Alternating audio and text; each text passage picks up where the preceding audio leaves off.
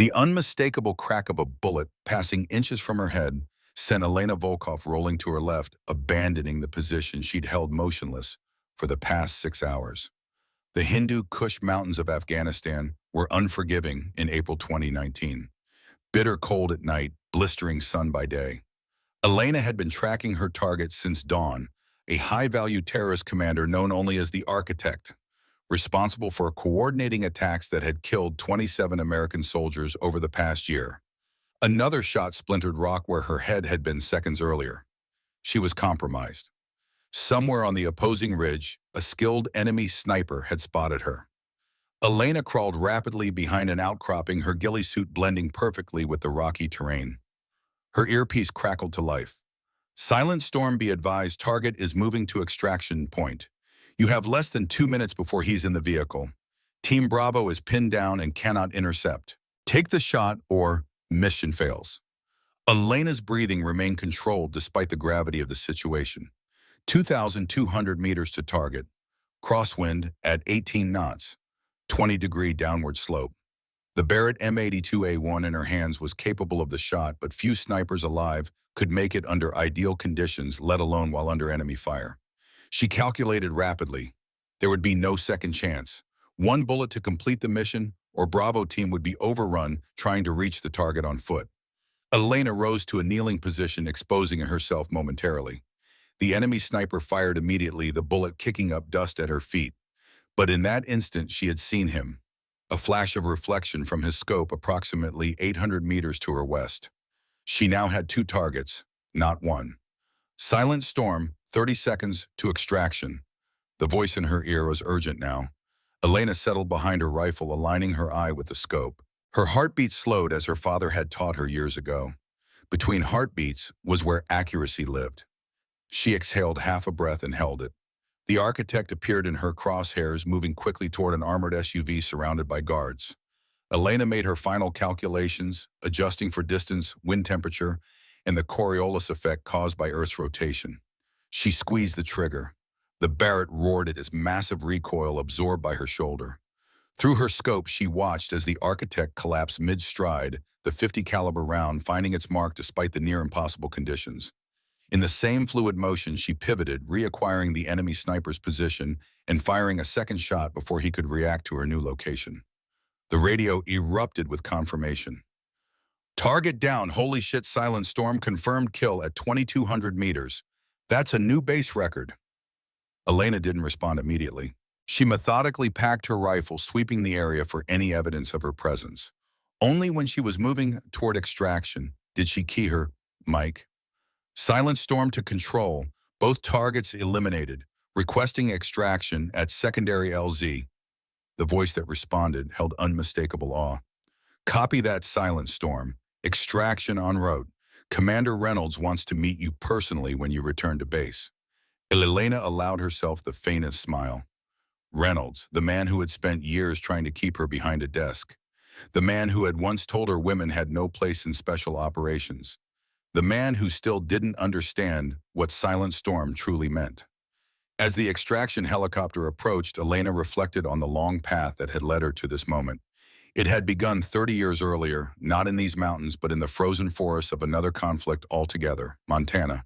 1995. The rifle felt impossibly large in 8-year-old Elena's hands. The harsh winter wind cut through her coat as she lay prone in the snow, trying to steady the weapon as her father had taught her. "Remember, Elenka," Viktor Volkov's accented voice was gentle but firm. "The target is never the only concern. You must be aware of everything. The wind, your breathing, the ground beneath you, even your heartbeat. They are all part of the equation." Victor stood behind his daughter, watching her technique with the critical eye of a man who had once been among the most feared snipers in the Soviet Union. His weathered face showed little emotion, but pride glimmered in his eyes as Elena maintained perfect form despite the cold. "The Americans, they teach differently," he continued. "Mechanical, technical. But the Russians, we know that the soul of the shooter is as important as the quality of the rifle." Elena's focus was absolute, a remarkable quality in a child so young.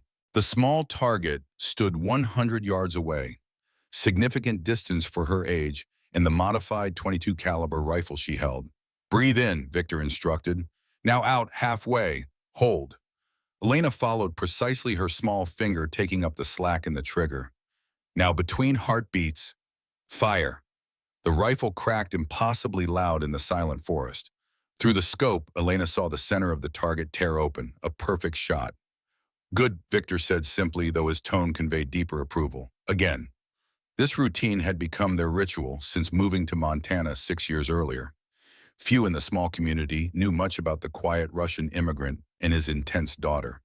The official story was that Victor had defected during the final years of the Cold War, bringing specialized knowledge of Soviet military operations that had earned him American citizenship and a modest pension. The truth was far more complicated. Viktor Volkov had been Prizrak, the Ghost, the most accomplished sniper in KGB Division 16 with confirmed eliminations across 3 continents. His defection in 1989 had been one of the most significant intelligence coups of the late Cold War, though the full details remained highly classified. Only a handful of high-ranking officials knew that Victor had brought with him the complete operational plans for Soviet sleeper agents embedded in American military and intelligence services, assets that had taken decades to place. What Elena did know was that her father possessed skills beyond anything she had seen in American movies or books. The way he moved through the forest without sound, how he could read terrain and calculate distances by eye alone, his ability to remain perfectly still for hours, becoming invisible in plain sight. These were the lessons he passed to his daughter, along with something less tangible but equally important, a code of honor that transcended nationality or politics. The power to take life from a distance is a terrible responsibility, he would tell her. Never for anger, never for pride, only when necessary and only when justified. At 15, Elena's world shattered. Returning home from school, she found their cabin door slightly ajar, a warning sign her father had drilled into her. Instead of entering, she circled to the hidden observation point they had established years earlier for exactly this scenario. What she witnessed haunted her nightmares for years afterward. 3 men in tactical gear methodically searching the cabin. Her father bleeding from a shoulder wound but still lethal, engaging them with cold efficiency. The flash of gunfire. The final attacker falling just as he triggered some kind of device that engulfed the eastern side of the cabin in flames. When local authorities arrived, they found a different scene entirely. A tragic accident, they ruled. A gas leak, an explosion that had killed Viktor Volkov and destroyed his home. The mysterious bullet holes, the bodies of the assailants, all gone. Men in unmarked SUVs had cleaned the scene before the sheriff arrived, leaving behind a carefully constructed narrative that made no mention of KGB assassins or the legacy of Cold War vendettas. A tearful Elena was collected by a somber man who identified himself only as Anderson, a friend of her father's from his government days. He explained that her father had arrangements in place for such a contingency. She would be cared for. Her education would continue. Her future was secure. Your father was a patriot, Elena, Anderson told her, during the drive to a private airfield. He served his new country with honor, though few will ever know the extent of his sacrifice. Elena said nothing, but the tears that streamed down her face were not solely from grief. Even at 15, she recognized the inconsistencies in the official story. She had seen the truth with her own eyes. Anderson mistook her silence for shock. "It's all right to cry," he said, awkwardly. "But your father would want you to be strong. He spoke of you often, you know, said you had a rare gift." Elena dried her tears with deliberate control. "What happens now?" she asked, her voice steadier than it should have been for someone who had just lost everything. Anderson glanced at her with newfound respect. "Now you complete your education. College if you want it, a normal life." Elena turned to stare out the window at the Montana landscape rushing past. Normal. The word felt hollow. She had never been normal, had never wanted to be. Her father had been training her since childhood, not just in marksmanship, but in languages, tactics, survival. He had been preparing her for something, though she hadn't fully understood what until now. "And if I want something else?" she asked quietly. Anderson's expression betrayed nothing. "That would depend on what you have in mind." 7 years later, Elena Volkov graduated with honors from the United States Military Academy at West Point. Her academic record was impeccable, her physical scores unprecedented for a female cadet. She spoke 7 languages fluently and could navigate by stars alone, Her marksmanship was legendary on the academy range, yet her application for Special Forces qualification was initially denied. The year was 2010, and despite her extraordinary qualifications, the combat exclusion policy remained in effect. Women were not eligible for direct combat roles, particularly in the elite special operations community. Captain James Reynolds, reviewing her file at Fort Bragg, had scoffed openly. "Volkov isn't that Russian?" he'd asked the administrative sergeant. "Great, a female with a commie name wants to join special operations. What's next? Moscow Center running our training programs." Reynolds was 59, a decorated veteran of Operation Desert Storm and a dozen classified operations spanning 4 continents. His weathered face bore the scars of 30 years of combat, and his reputation for tactical brilliance was matched only by his notorious resistance to what he called social engineering experiments in military readiness. "Sir," the sergeant had replied carefully, "her scores are off the charts. Marksmanship qualification broke the West Point record. Hitting targets on a controlled range isn't combat," Reynolds had dismissed.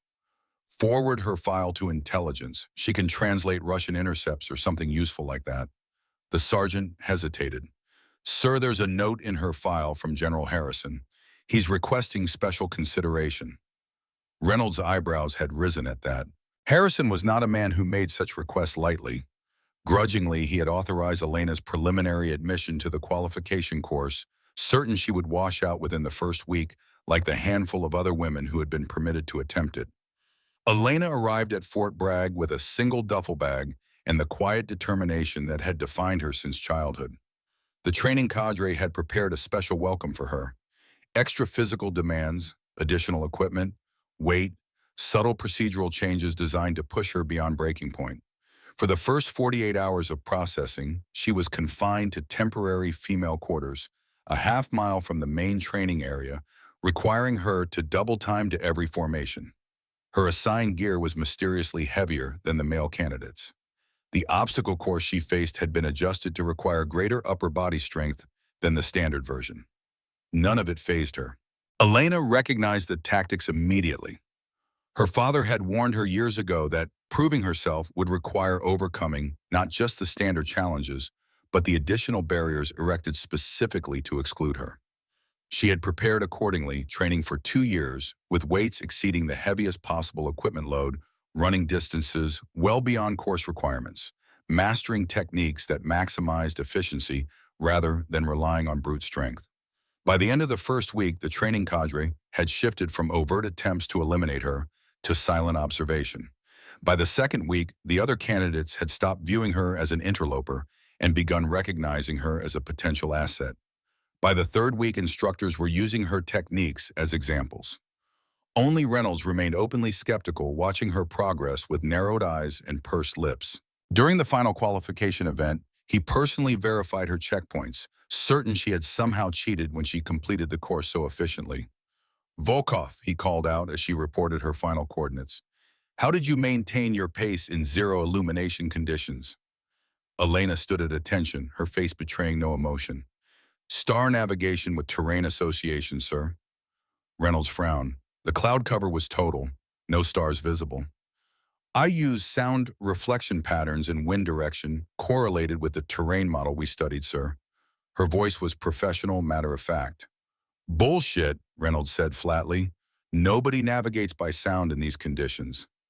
The technique is called echolocation triangulation, sir. Standard Spetsnaz training for operations in limited visibility environments." A murmur ran through the assembled cadre. Reynolds' expression darkened at the reference to Russian Special Forces methodology. "And where exactly did you learn Spetsnaz techniques, Volkov?" Elena's expression never changed. "My father taught me, sir, before he died." A full background investigation was ordered, delaying her final qualification while every aspect of her life was scrutinized. Elena endured multiple polygraph examinations, psychological evaluations, and interrogative interviews designed to expose any hidden loyalties or connections to Russian intelligence services. Through it all, she maintained the same quiet composure that had characterized her performance throughout the training course. She answered every question, truthfully submitted to every test without complaint, and continued her physical training regimen during the administrative hold. What Elena didn't know was that the investigation had uncovered something unexpected. A classified CIA file indicating that her father's death might not have been the accident reported to local authorities. The file contained fragmentary references to a KGB cleanup operation and the elimination of a primary target plus 3 operatives. The timeline matched Victor's death exactly. More troubling was a cryptic note in a related file: potential cardinal asset compromised. Monitor daughter for contact approach. Cardinal was the code name for a high-level mole believed to be operating within U.S. intelligence circles since the late 1980s, a traitor who had never been identified or captured. The implication that this mole might target Viktor Volkov's daughter as a potential recruitment was concerning enough that CIA counterintelligence had flagged her file for periodic review. Master Sergeant Frank Thompson, at 68, the oldest active-duty special operations instructor at Fort Bragg, reviewed Elena's file with practiced eyes. Unlike Reynolds, Thompson's suspicions were tempered by experience. He had served during the height of the Cold War, had operated behind the Iron Curtain on missions still classified, and had worked directly with several Soviet defectors during his tenure with Special Operations. "You're looking at this all wrong, Reynolds," Thompson told him during a closed-door review of Elena's qualification status. "The girl isn't a security risk. She's a goddamn asset." Reynolds glared across the desk. "An asset? She's the daughter of a KGB assassin." "She's the daughter of a man who risked everything to help our side," Thompson corrected. "And from what I've seen, she's inherited his skills along with his principles." "You can't be serious about clearing her for operations." Thompson leaned forward. "Let me tell you something about her father. In '87, I was running an extraction in East Berlin. Asset was a nuclear physicist trying to get his family out before the Stasi grabbed them. Operation went sideways when our cover was blown. We were pinned down, no extraction route, surrounded by Stasi forces with KGB advisors coordinating." Reynolds listened reluctantly, his skepticism evident. Out of nowhere, the KGB commander drops. Then another. Precision shots from over 800 meters, giving us just enough of a window to move our assets to the secondary extraction point.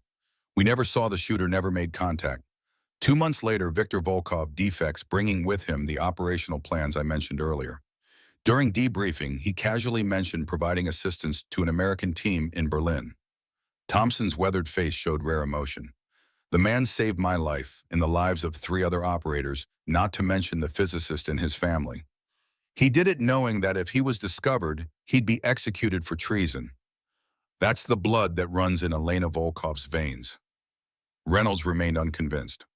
"A convenient story, unverifiable, of course." Thompson's expression hardened. "The point is, I've seen her type before. The quiet ones who see everything, say little, and perform when it matters. She's not here because of some social justice crusade or political correctness. She's here because it's in her DNA." The debate continued for weeks as Elena's qualification hung in bureaucratic limbo. Finally, a compromise was reached. She would receive her qualification but be assigned to support roles only: intelligence analysis, cultural briefings, linguistic services. Her extraordinary marksmanship would remain unutilized, her tactical skills confined to theoretical exercises rather than field operations. When the decision was delivered, Elena accepted it without visible reaction. Inside, she recognized the pattern her father had described years earlier: the institutional resistance to those who didn't fit the established mold, the comfort of keeping the exceptional contained within conventional boundaries. She had prepared for this too, had developed patience as another weapon in her arsenal. "You'll be assigned to the 5th Special Forces Group Cultural Support Team," Reynolds informed her, a hint of satisfaction in his voice. "Your language skills will be valuable for intelligence gathering and relationship building with local populations. But to be clear, you will not be participating in direct action missions." "Understood, sir." Elena replied, her voice neutral. "When do I report?" Reynolds studied her, searching for signs of disappointment or resentment. Finding none, his satisfaction dimmed slightly. 0800 tomorrow, in Volkov. "Whatever your father taught you about operating in the field, forget it. This isn't the KGB. We have rules of engagement, chains of command. Your job is to translate, not to engage." "Yes, sir." Elena's expression revealed nothing, but behind her eyes a familiar determination burned. Her father had faced similar dismissals when he first arrived in America. His expertise questioned his loyalty. Suspect. He had proven himself not through arguments, but through actions when the moment demanded them. Elena knew her moment would come. She would be ready when it did. Afghanistan. 2011, the Tactical Operations Center at Forward Operating Base Alpha hummed with activity as Elena Volkov reviewed intelligence reports on recent Taliban movements near the Pakistan border. For 9 months, she had served as translator and cultural analyst for the 5th Special Forces Group, her recommendations consistently accurate, her assessments remarkably prescient. Yet despite her proven value, Reynolds, now a full colonel and base commander, maintained his policy of keeping her away from combat operations. Her requests for field assignments were routinely denied. Her suggestions for tactical approaches based on cultural dynamics were acknowledged but rarely implemented. Volkov, a voice called from across the TOC. Master Sergeant Rodriguez, the team's operations sergeant, approached with a satellite image in hand. Need your eyes on this. Intercept picked up some chatter about a gathering in the Kunar Valley tomorrow. Multiple high-value targets, possibly in attendance. Elena studied the image carefully, noting terrain features and structural arrangements. This is a Yurga location, she observed, a traditional meeting place for tribal elders. If they're gathering here, it's significant. Significant how? Rodriguez asked. The location is sacred ground for the local Pashtun tribes. They only meet here for major decisions, alliances, blood feuds, war planning. If Taliban commanders are using this site, they're seeking tribal approval for something substantial. Rodriguez nodded thoughtfully. We need to know what they're planning. Think you could get close enough to intercept conversations? Elena hesitated. The question wasn't just about linguistic ability, but field capability. Exactly the kind of mission Reynolds had explicitly forbidden her from undertaking. I could, she said carefully, but Colonel Reynolds has made his position clear on my role. Rodriguez glanced around the TOC, then lowered his voice. Between us, the Colonel's position is becoming a liability. Your cultural assessments have been spot on every time, but he keeps sidelining your input. Last month, we lost Martinez because Reynolds ignored your warning about the funeral procession route. The memory of that failed operation tightened Elena's expression. She had identified a pattern in local funeral practices that indicated a high probability of the team encountering civilian gatherings along their planned extraction route. Reynolds had dismissed her analysis as irrelevant. The resulting confrontation with mourners had escalated to violence, costing one operator his life and compromising the mission objective. I'll speak to the colonel, Elena said finally, but don't expect a different answer. Reynolds' office reflected his personality, austere, organized, devoid of personal touches, except for a single photograph of a younger Reynolds with his Desert Storm unit. He looked up from mission reports as Elena entered, his customary frown deepening. Volkov, what is it? Sir, I'd like to request assignment to the Kunar Valley surveillance operation. Reynolds leaned back in his chair, studying her with the same suspicion he'd maintained since her arrival. And why would I approve that? Because I speak the local dialect, understand the cultural significance of the gathering, and can identify participants by voice even if visual confirmation isn't possible, she replied evenly. We have other translators. None who speak both Pashto and Farsi with native fluency, sir, and none familiar with the tribal customs of the Kunar region. Reynolds tapped his desk impatiently. Your job is to analyze intelligence, Volkov, not gather it. The surveillance team has already been selected. Sir, with respect, this Yurga represents a significant intelligence opportunity. The tribal dynamics are not my primary concern, Reynolds interrupted. The mission parameters are established. Your input has been noted. The dismissal was clear, but Elena pressed on. Colonel, I've been tracking communications in this region for months. I can identify at least 4 distinct Taliban commanders by voice alone. Without that capability, the team might miss critical intelligence. Something shifted in Reynolds' expression. Not softening exactly, but a reluctant recognition of operational necessity. After a long moment, he nodded once. You'll remain at the observation post with the communications team. Under no circumstances are you to approach the target location. You are there to listen and translate only.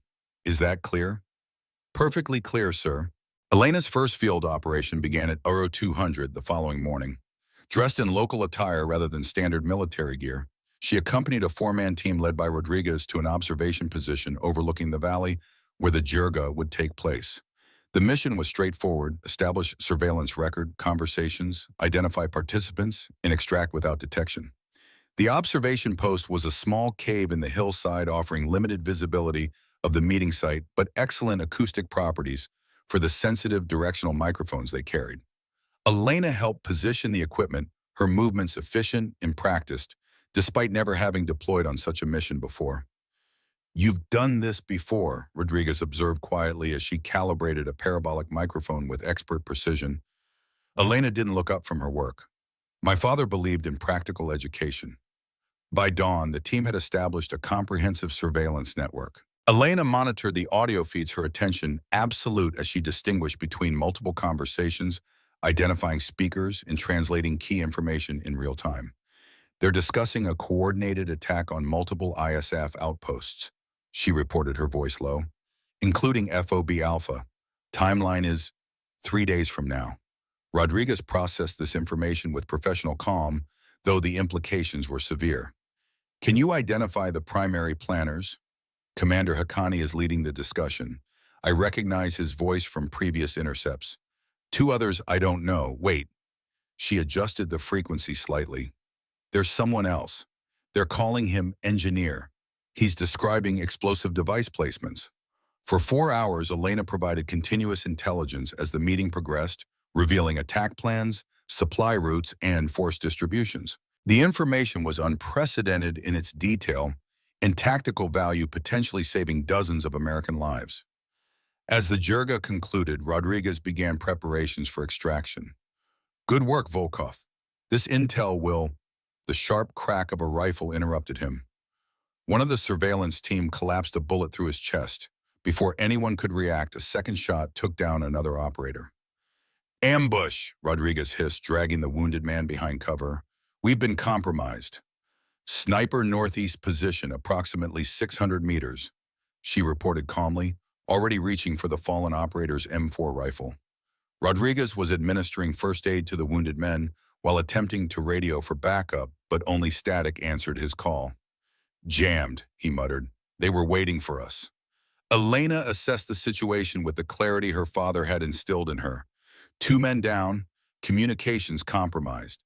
No extraction possible without neutralizing the enemy sniper. Reynolds' orders explicitly forbade her from engaging in combat, but those orders assumed a scenario that no longer existed. The decision crystallized with absolute clarity. She moved to the fallen spotter's position and retrieved his M110 semi-automatic sniper system and spotting scope. "Volkov, what are you doing?" Rodriguez demanded, though his tone suggested he already knew. "Saving our team," she replied, simply checking the rifle's chamber and adjusting the scope. "Keep them stabilized. I'll create an extraction window." Before Rodriguez could object, Elena had slipped out of the cave, moving laterally along the ridge with the fluid stealth her father had taught her. She analyzed the terrain instinctively, identifying potential firing positions and calculating trajectories. The enemy sniper was good, disciplined enough to maintain position after his initial kills, patient enough to wait for additional targets to expose themselves. But Elena had been trained by one of the best snipers in KGB history, had absorbed lessons that went beyond conventional military doctrine. She established her position behind a rock outcropping, using natural camouflage to break up her outline.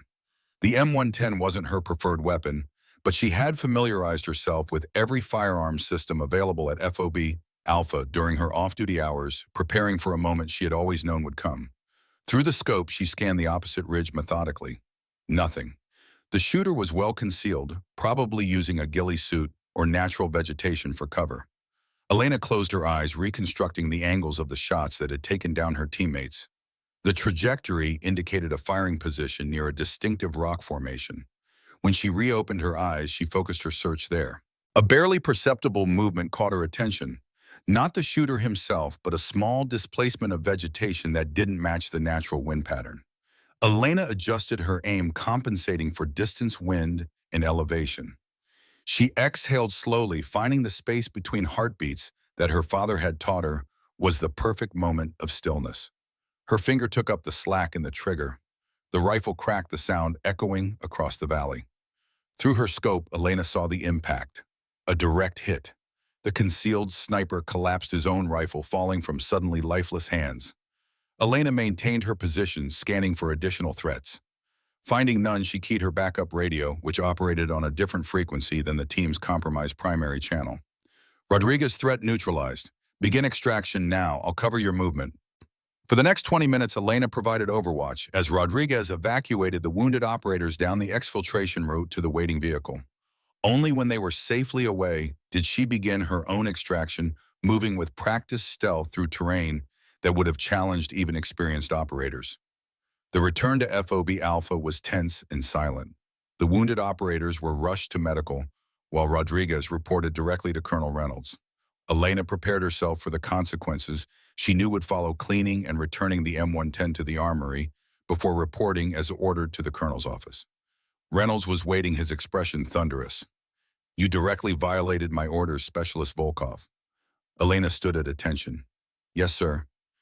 "You engaged an enemy combatant despite explicit instructions to remain in an observation-only role." "Yes, sir."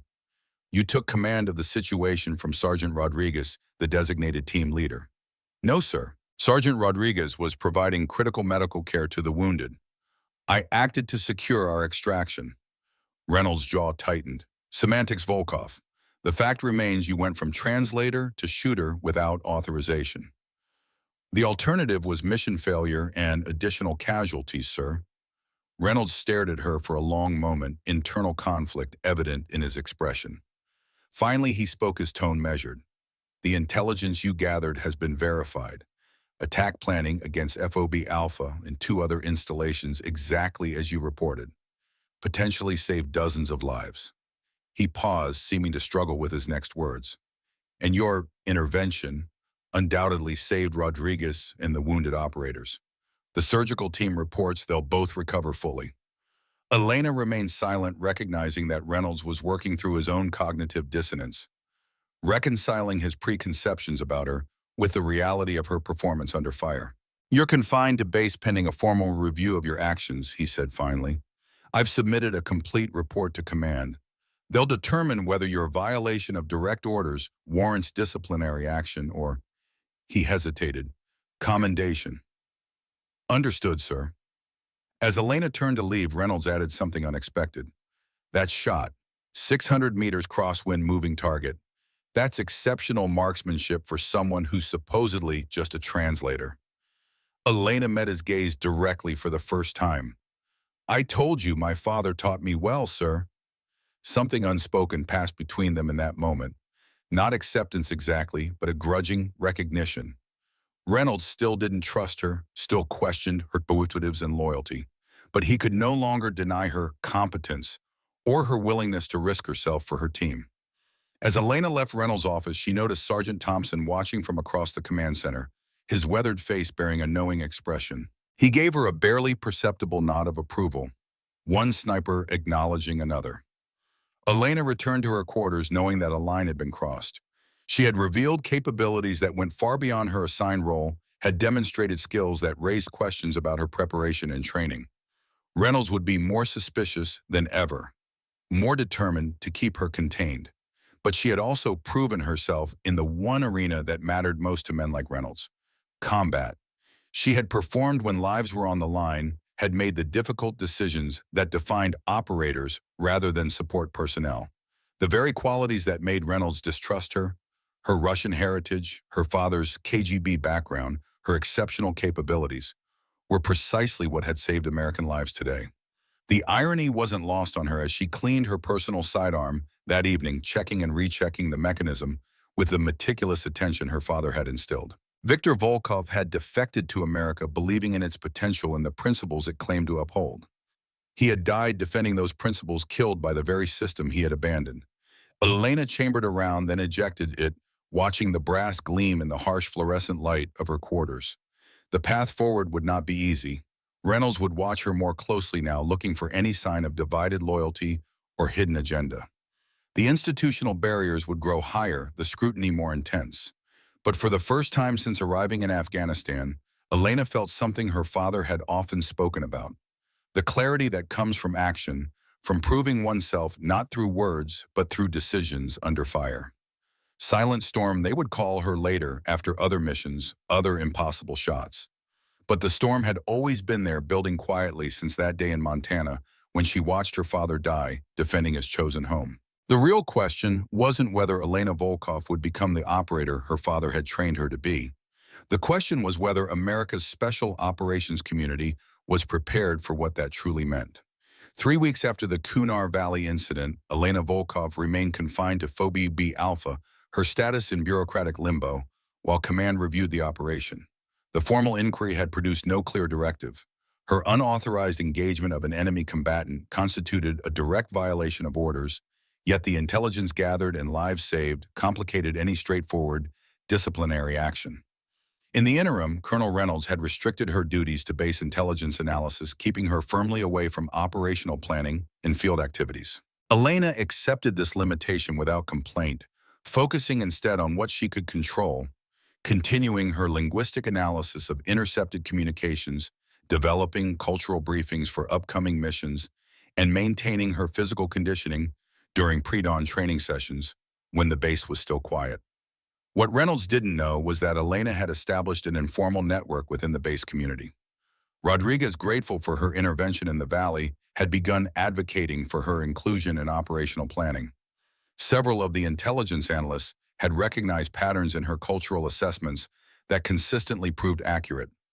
Even the base medical staff had noted her expertise in regional medical practices during a recent civilian assistance mission. Master Sergeant Thompson had become her most unexpected ally, though his support remained carefully understated. The aging instructor occasionally appeared during her early morning training sessions, observing silently before offering subtle adjustments to her technique or equipment selections. These interactions were brief, professional, but conveyed a growing mutual respect. "You favor your right side slightly when moving to cover," he noted one morning as Elena completed a tactical movement drill. "Natural for right-handed shooters, but it creates predictability." Elena nodded immediately, adjusting her approach on the next repetition. "Better," Thompson acknowledged. "Your father taught you well, but there are American methodologies worth incorporating." Elena paused, studying the older man carefully. "You knew my father." It wasn't a question, but Thompson answered anyway. "We crossed paths, different sides of the same conflict until he made his choice." He checked his watch. "Reynolds has scheduled a briefing at 0730. You should be there." Elena's surprise must have shown despite her usual control. Thompson's weathered face creased slightly at the corners of his eyes, the closest he came to smiling. "Not my call," he clarified. "Command finally issued their determination on the Kunar operation. Reynolds doesn't like it, but orders are orders." The Tactical Operations Center was already crowded when Elena arrived precisely at 0730. Reynolds stood at the head of the room, his expression characteristically stern as he surveyed the assembled team leaders. His gaze hardened slightly when it landed on Elena, but he gave a curt nod acknowledging her presence. "Morning, gentlemen," he began, deliberately emphasizing the last word while looking directly at Elena. "We have confirmation of a high-value target meeting occurring 72 hours from now in the Helmand province. Multiple Taliban commanders, including at least one with direct al-Qaeda connections." Satellite imagery appeared on the main display showing a compound nestled in the foothills southwest of Lashkar Gah. Reynolds indicated several key features: approach routes, defensive positions, observation points. The operation requires precision insertion, real-time intelligence gathering, and potentially a direct action component if authorized targets are confirmed present. He paused, jaw tightening before continuing. "Command has specifically requested Specialist Volkov's participation due to her performance during the recent Kunar Valley operation." A ripple of reaction moved through the room. Surprise from those who hadn't heard the full details, knowing glances from those who had. Elena remained perfectly still, her expression neutral, despite the significance of this development. "To be absolutely clear," Reynolds continued his tone, leaving no doubt about his personal feelings, "Volkov will be assigned to the intelligence gathering team only. Her role is translation, cultural assessment, and target identification. Under no circumstances is she authorized to engage in direct action." He fixed Elena with a hard stare. "Is that understood, Specialist?" "Perfectly, sir," Elena replied evenly. Rodriguez, standing near the back of the room, caught her eye briefly. The slight nod he gave suggested both congratulations and caution. This was an opportunity, but Reynolds would be watching her every move.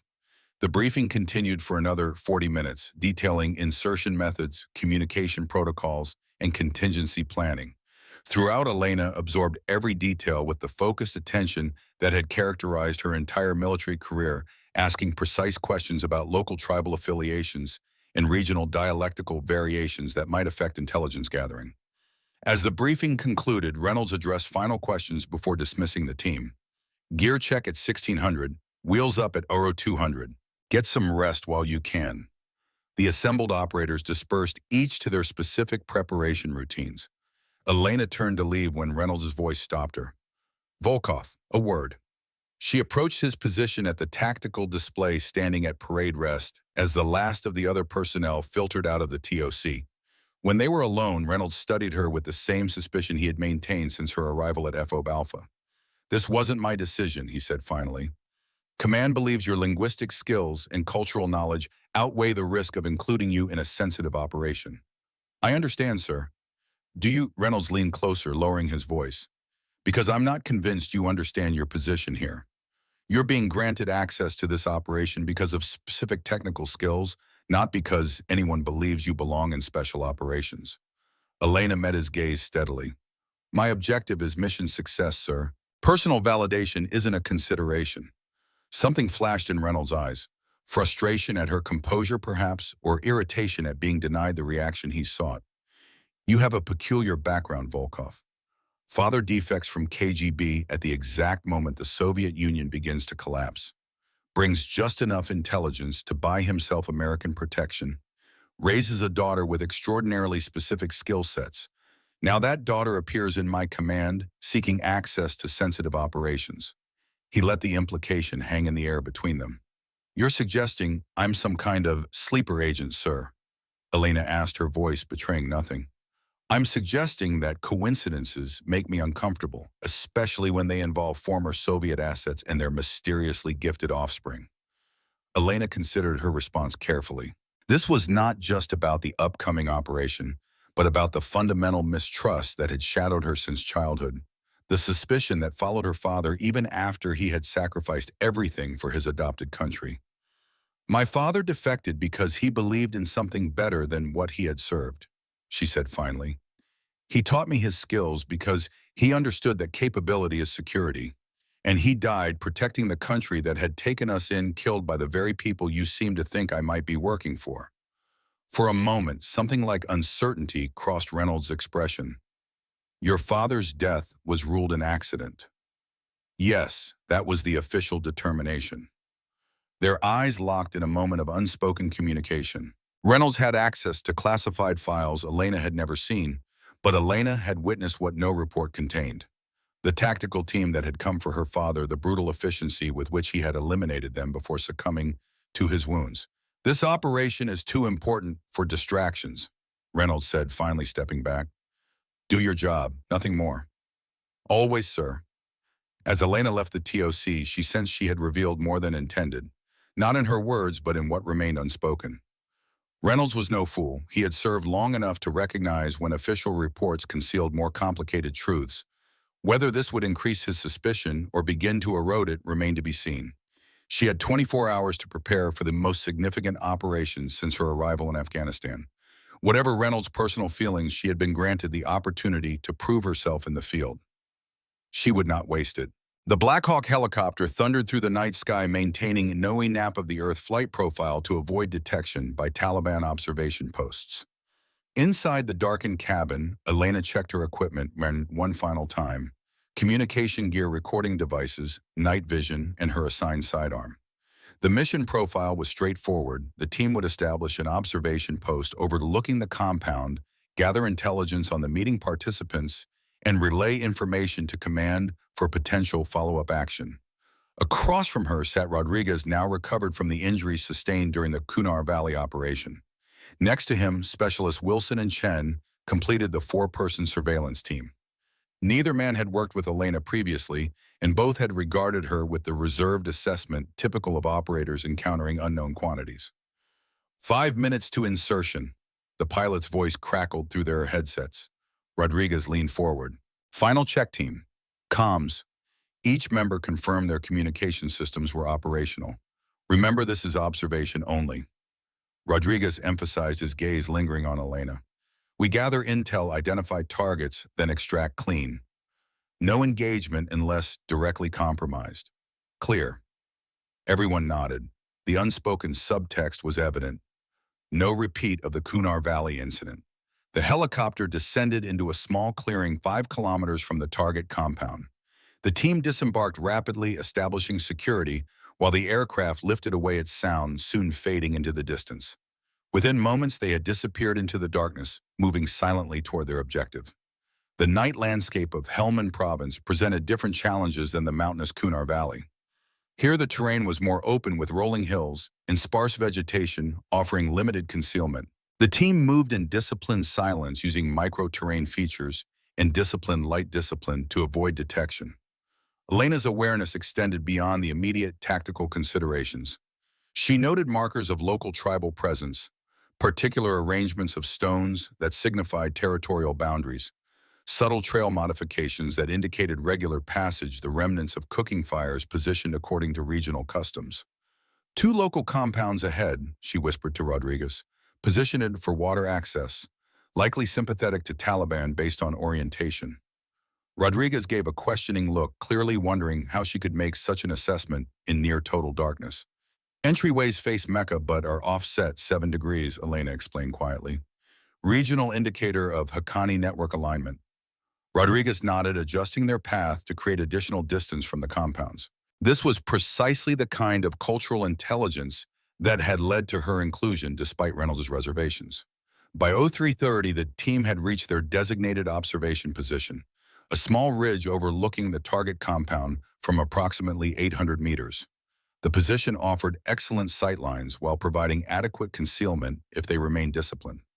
Set up the surveillance package, Rodriguez ordered as they established their hide. Wilson and Chen deployed the advanced surveillance equipment, thermal imaging, directional microphones, and satellite uplink to transmit data directly to Phoebe B Alpha.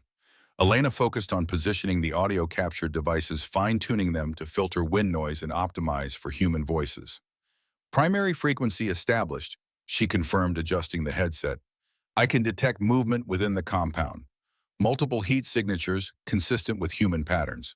For the next 2 hours, the team maintained silent observation as the eastern sky gradually lightened.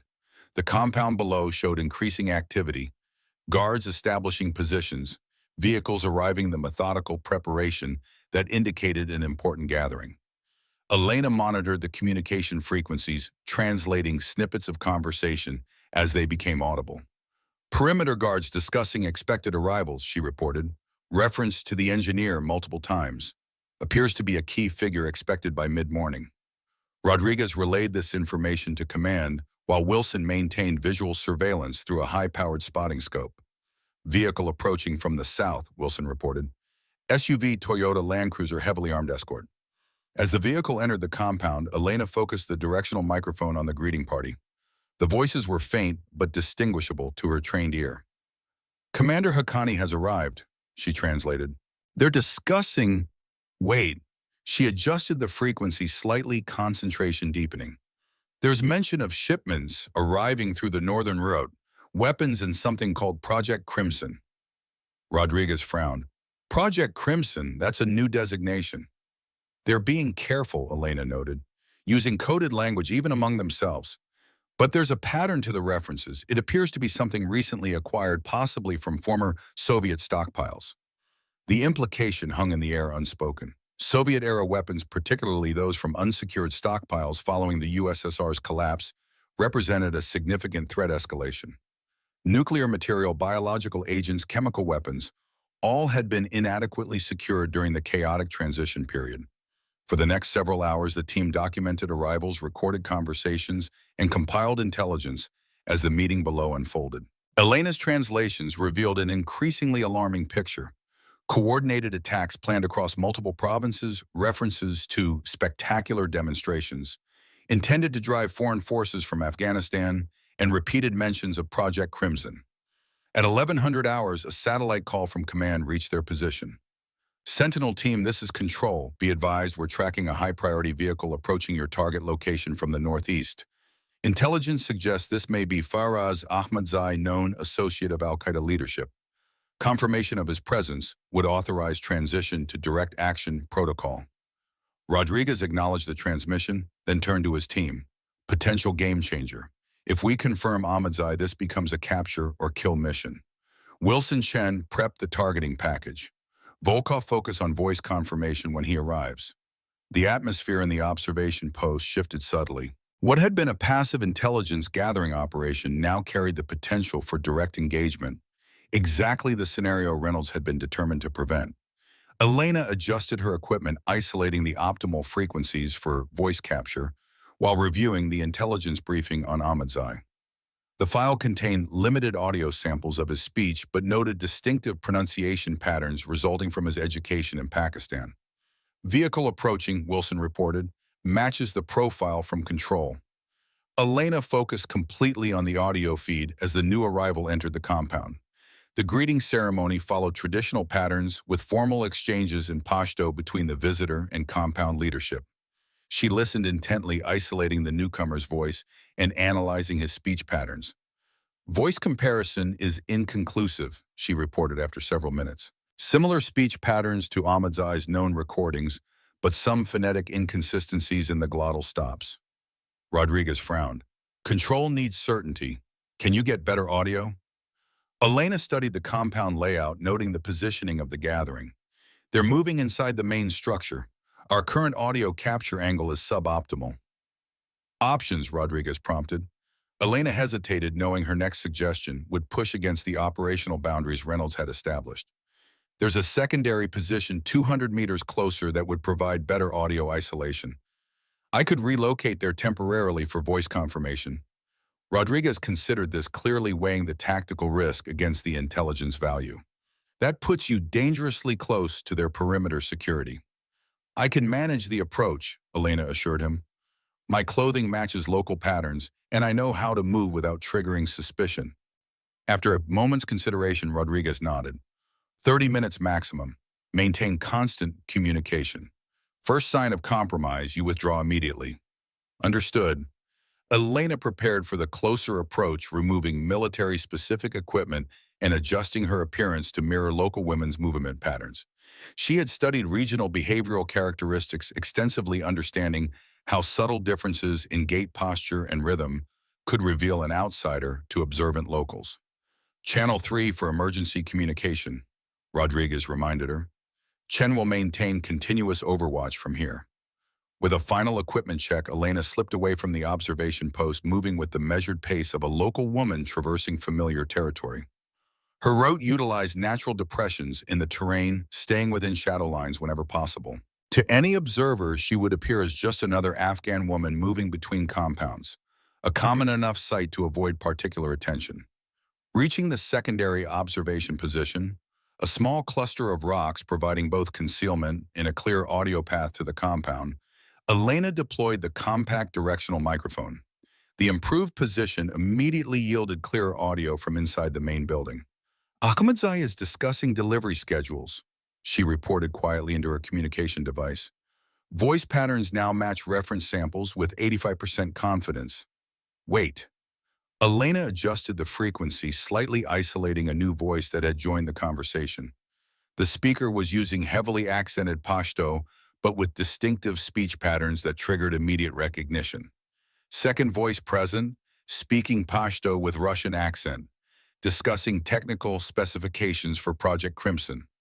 At FOB Alpha, this information would be raising immediate red flags. Russian involvement with Taliban leadership represented a significant intelligence development, one with potentially far-reaching implications for regional stability.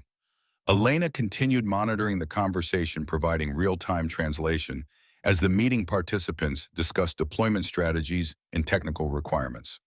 The Russian speaker referred repeatedly to activation protocols and dispersal mechanisms, terminology consistent with advanced weapon systems.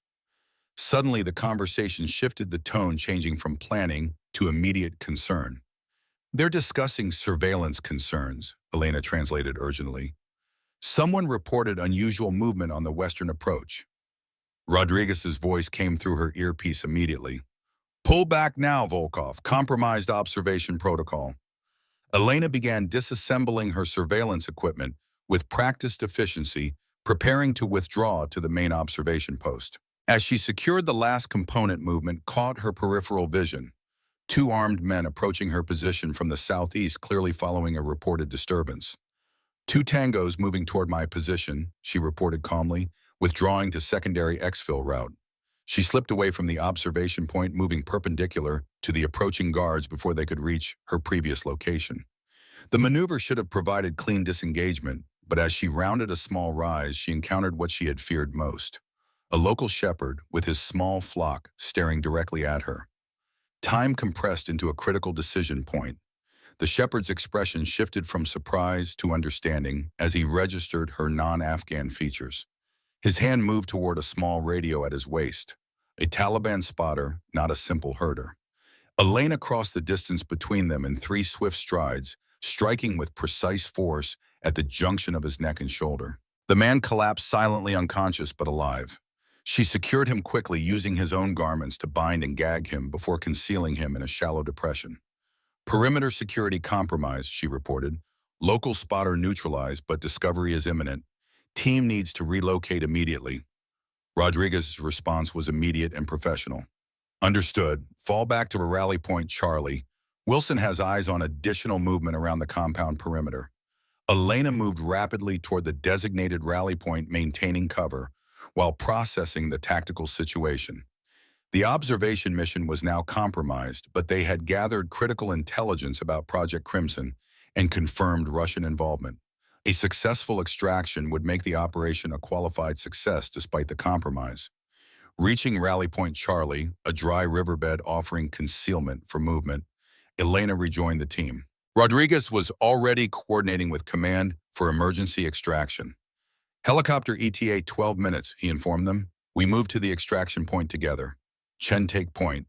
Wilson rear security. Volkov on me. As they began moving toward the extraction point, Elena detected a subtle shift in the ambient sounds from the direction of the compound. The distinctive metallic sounds of weapons being distributed, orders being issued with greater urgency. They've mobilized search teams, she reported, approximately 16 fighters moving in coordinated search pattern. Rodriguez processed this information grimly. We won't reach the primary extraction point before they cut us off. Alternatives. Elena quickly reviewed the terrain in her mind, correlating it with the maps studied during mission planning. There's a secondary ridgeline 2 kilometers east, defensible position with clear landing zone, but we'd need to move through exposed terrain for approximately 400 meters. That's our best option, Rodriguez decided after brief consideration. Control, be advised we are diverting to secondary extraction coordinates. Transmitting now. The team altered course, moving with increased urgency while maintaining tactical discipline. As they approached the exposed section Elena had identified, Rodriguez signaled for a brief halt to assess the situation. Chen, overwatch position on that rise. Wilson, prepare smoke for emergency concealment if needed. Volkov, confirm our pursuit status. Elena deployed a compact spotting scope, scanning the terrain behind them. 3 search teams visible. Moving in standard Taliban sweep formation. Lead element approximately 800 meters back and closing. Rodriguez considered their options. We can't outpace them to the ridgeline. We need to thin their numbers. The implication was clear. This observation mission had now transitioned to a potential combat engagement. Reynolds' explicit instructions regarding Elena's non-combat role hung unspoken between them. I'll provide overwatch while you 3 reach the ridgeline. Rodriguez continued, his decision made. Once you've secured the LZ, I'll fall back to your position. Elena shook her head slightly. With respect, Sergeant, that creates unnecessary risk. I can provide more effective overwatch while you lead the team to the extraction point. Rodriguez studied her for a moment. Reynolds was explicit about your role, Volkov. Reynolds isn't here, Elena replied simply. I'm the best qualified for this task. You know it, I know it, and the mission requires it. After a moment's hesitation, Rodriguez nodded. The reality of their situation outweighed administrative restrictions. Set up on that western outcropping. Delay pursuit but maintain ammunition discipline. This isn't about body count. It's about buying time for extraction. Understood. Elena moved quickly to the designated position, setting up the M110 sniper rifle that Wilson carried as the team's designated marksman. The weapon was familiar to her from countless hours of unofficial practice during off-duty time. She established her firing position with practiced efficiency, calculating ranges to likely approach routes and identifying optimal targets to disrupt the pursuit force's coordination. Through the scope, she watched the Taliban search teams advancing toward their position. The lead element consisted of 6 fighters moving in a staggered formation, led by a man whose bearing and equipment marked him as more experienced than the others, likely a former Mujahideen fighter from the Soviet era. Elena regulated her breathing, calculating distance, wind, and elevation. Her father's voice seemed to whisper in her memory, "The first shot establishes the pattern. Make it count." She targeted the leader first, squeezing the trigger during the natural pause between heartbeats. The rifle cracked the sound, carrying across the valley as the leader collapsed.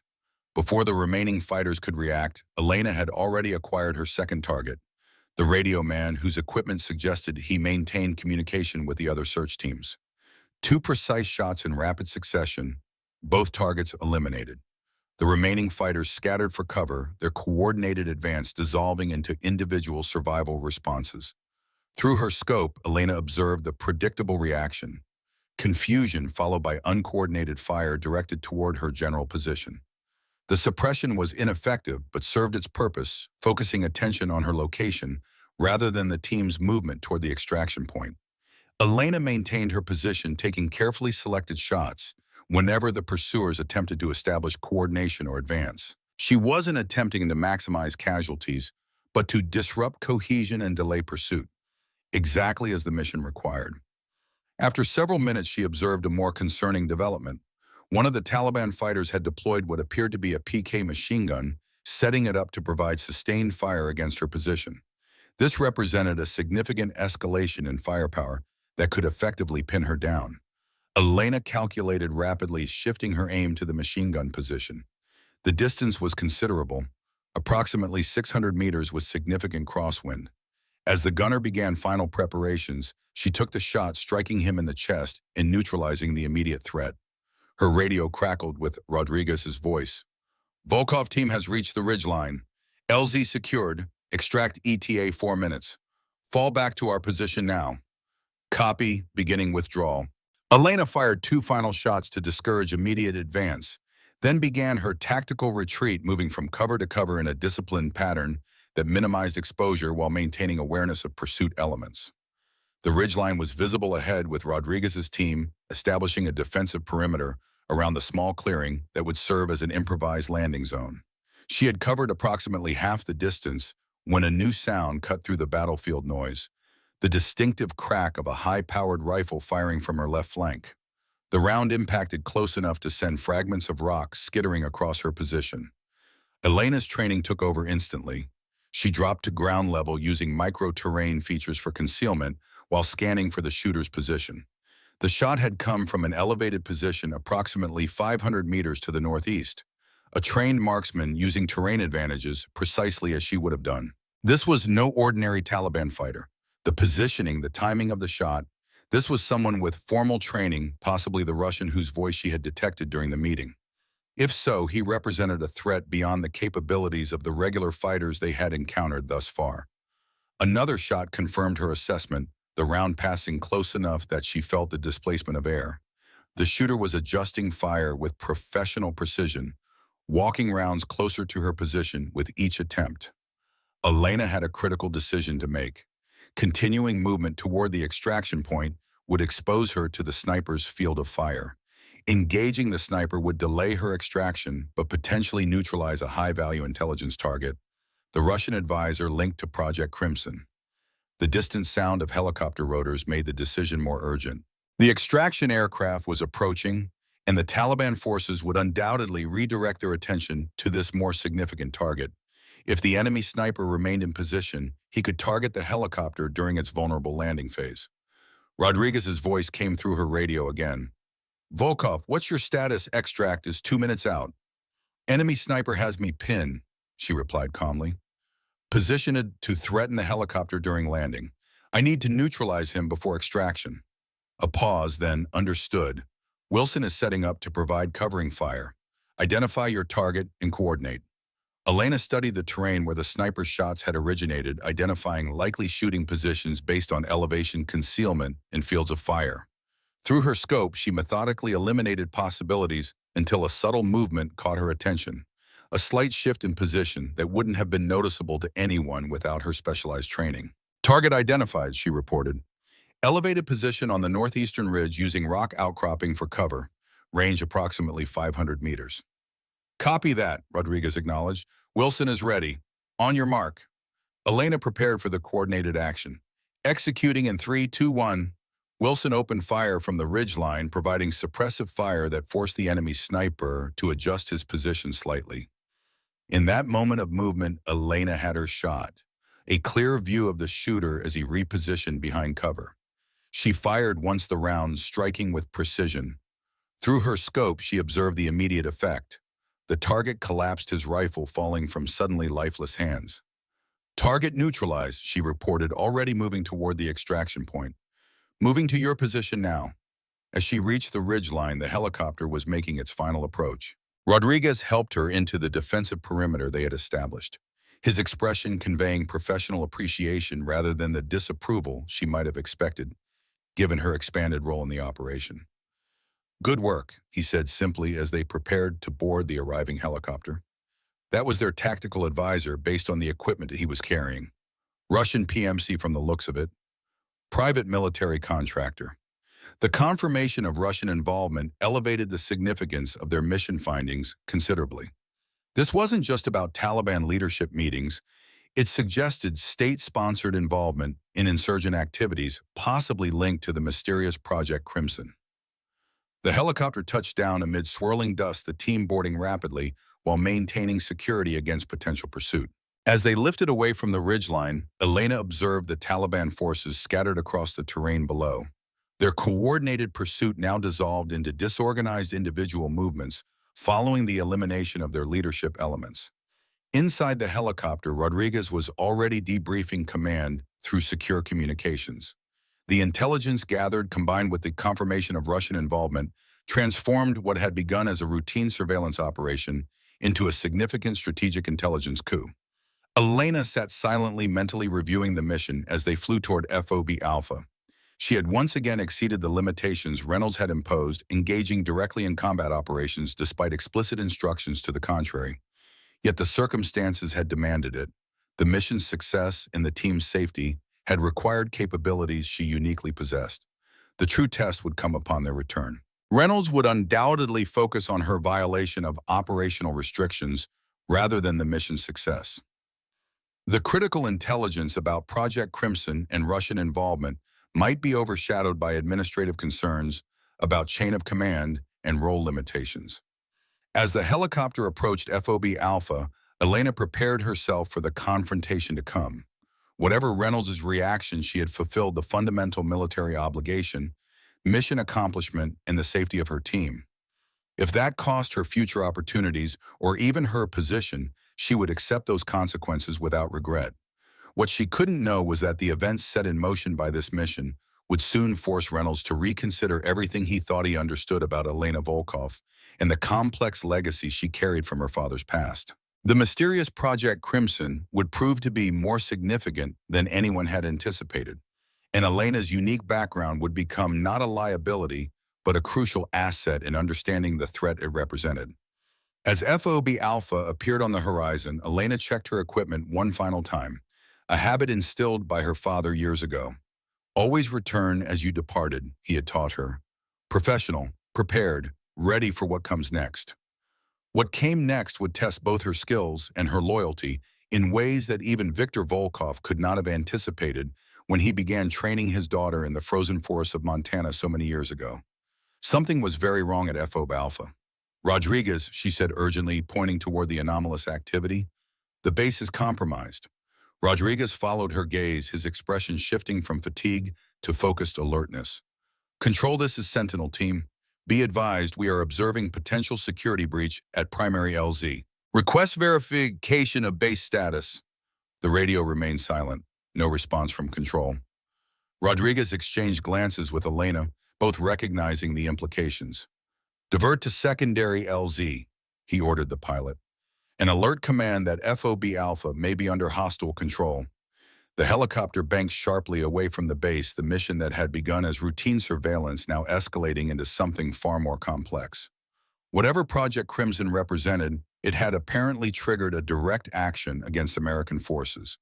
And Elena's team was now cut off from support carrying critical intelligence that might be the only warning of what was to come. The secondary landing zone was a barren stretch of hardscrabble terrain 30 kilometers south of FOB Alpha, designated for emergency extraction in precisely the kind of scenario Elena's team now faced. As the helicopter touched down, Rodriguez was already coordinating their next steps, his combat experience evident in the methodical way he assessed their situation. Comms are still dark, he reported, checking their secure radio channels. No contact with command or FOB Alpha. We have to assume worst-case scenario. Base compromise, hostile forces in control. Elena scanned the horizon with her field glasses, confirming no immediate pursuit. The Taliban forces they had encountered earlier would still be regrouping, but the more concerning threat was whatever had occurred at FOB Alpha. If the base had been attacked directly, it represented an unprecedented level of audacity and tactical sophistication from insurgent forces. Our priority is secure communication with CENTCOM, Rodriguez continued.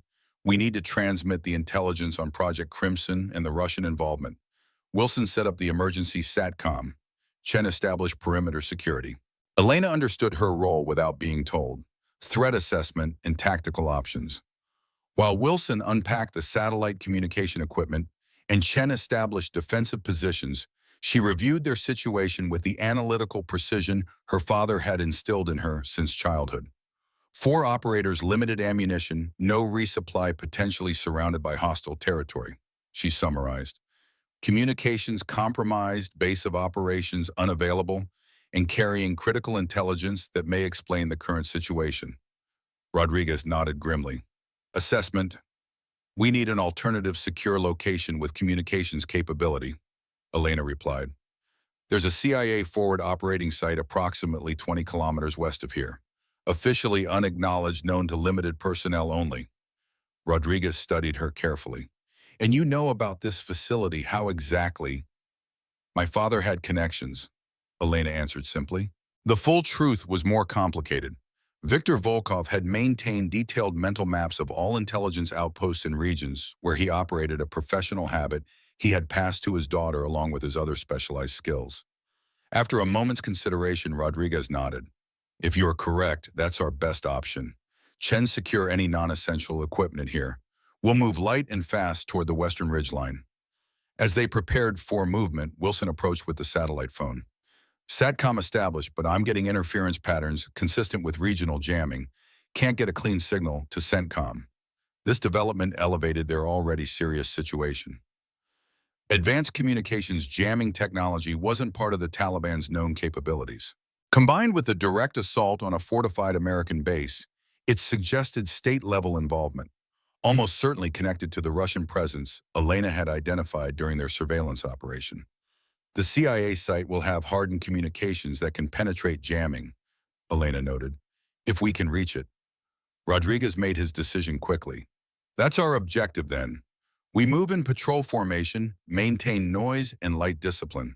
20 kilometers over broken terrain. Estimate 8 hours at security-conscious pace.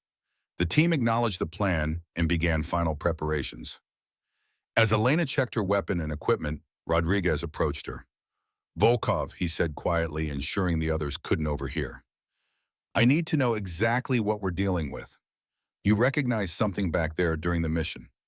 Something beyond what you reported. What is it? Elena hesitated. Her suspicions weren't confirmed, merely a pattern she had detected based on her father's teachings about Russian special operations. Voicing them prematurely risked undermining her already tenuous credibility. The Russian presence, combined with references to Project Crimson and now this coordinated attack, it fits the profile of a Spetsnaz-backed direct action operation, she said finally, but with an additional element I can't fully place. Spetsnaz Rodriguez frowned. Russian special forces involvement would represent a major escalation. That's beyond even PMC activity. The timing is too precise, the coordination too effective for standard insurgent forces, Elena explained. The Taliban doesn't have the capability to jam military SATCOM or overwhelm a forward operating base without significant external support. Rodriguez absorbed this assessment silently, his expression revealing nothing of his thoughts. Reynolds will want confirmation, not speculation. If Reynolds is still alive, Elena replied softly. The uncomfortable reality hung between them. The status of FUB Alpha and its personnel remained unknown. Colonel Reynolds, despite his antagonism toward Elena, was still their commanding officer and one of America's most experienced special operations leaders. He's alive, Rodriguez said with quiet conviction. Too stubborn to die. Now let's move. Daylight's burning. The team departed the landing zone in tactical formation, moving northwest toward the CIA facility Elena had identified. The terrain was challenging, a mixture of rocky outcroppings, shallow ravines, and occasional patches of sparse vegetation that provided minimal concealment.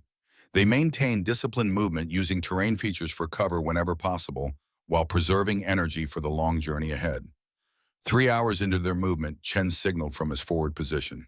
The team immediately took defensive postures as Rodriguez moved up to assess the situation. Vehicle movement 2 kilometers north, Chen reported quietly. 3 trucks military pattern moving west to east. Through shared field glasses, the team observed the distant vehicles. Elena focused on identifying details that might reveal their origin and affiliation. Not standard Taliban, she noted immediately. Pattern is Russian GAZ-66 transport commonly used by special operations groups for regional mobility. Modifications suggest specialized equipment transport rather than personnel carriers. Rodriguez studied the vehicles through his own optics. Moving toward FOB Alpha, likely part of whatever operation hit the base. Or transporting materials recovered from it, Elena suggested. The implication was significant. If the attack on FOB Alpha had been a raid rather than an occupation, the objective might have been specific equipment or intelligence. Given the reference to Project Crimson, the connection seemed increasingly probable. We maintained course to the CIA facility, Rodriguez decided after brief consideration, but adjust route further south to avoid potential contact. The team acknowledged the plan and resumed movement now with heightened awareness of additional hostile forces in the region. The presence of Russian military vehicles confirmed Elena's assessment about state-level involvement, escalating the importance of the intelligence they carried. By late afternoon, they had covered approximately 15 kilometers, making good progress despite the challenging terrain and security considerations. As they paused to rehydrate and check their bearings, Elena detected a subtle but distinctive sound carried on the wind, rotary aircraft approaching from the southeast. Helicopter inbound, she alerted the team. Sound signature matches Mi-24 Hind. Rodriguez immediately signaled for concealment. The team dispersed to cover positions as the distinctive silhouette of the Russian attack helicopter appeared on the horizon. The aircraft was flying a search pattern, moving methodically across the landscape in a manner consistent with hunting ground targets. They're looking for us, Wilson observed quietly. Must have tracked the extraction. Elena studied the helicopter's movement pattern with professional assessment. Not random search. They know our general direction. Likely intercepted partial communications during extraction. The helicopter continued its sweeping pattern, moving closer to their position with each pass. Despite their concealment, the thermal imaging capabilities of the Mi-24 would eventually detect their heat signatures if it came within optimal range. Rodriguez considered their limited options. If they spot us, we're severely outgunned.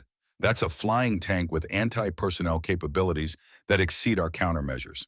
Elena's mind raced through tactical scenarios correlating terrain features with the helicopter's search pattern.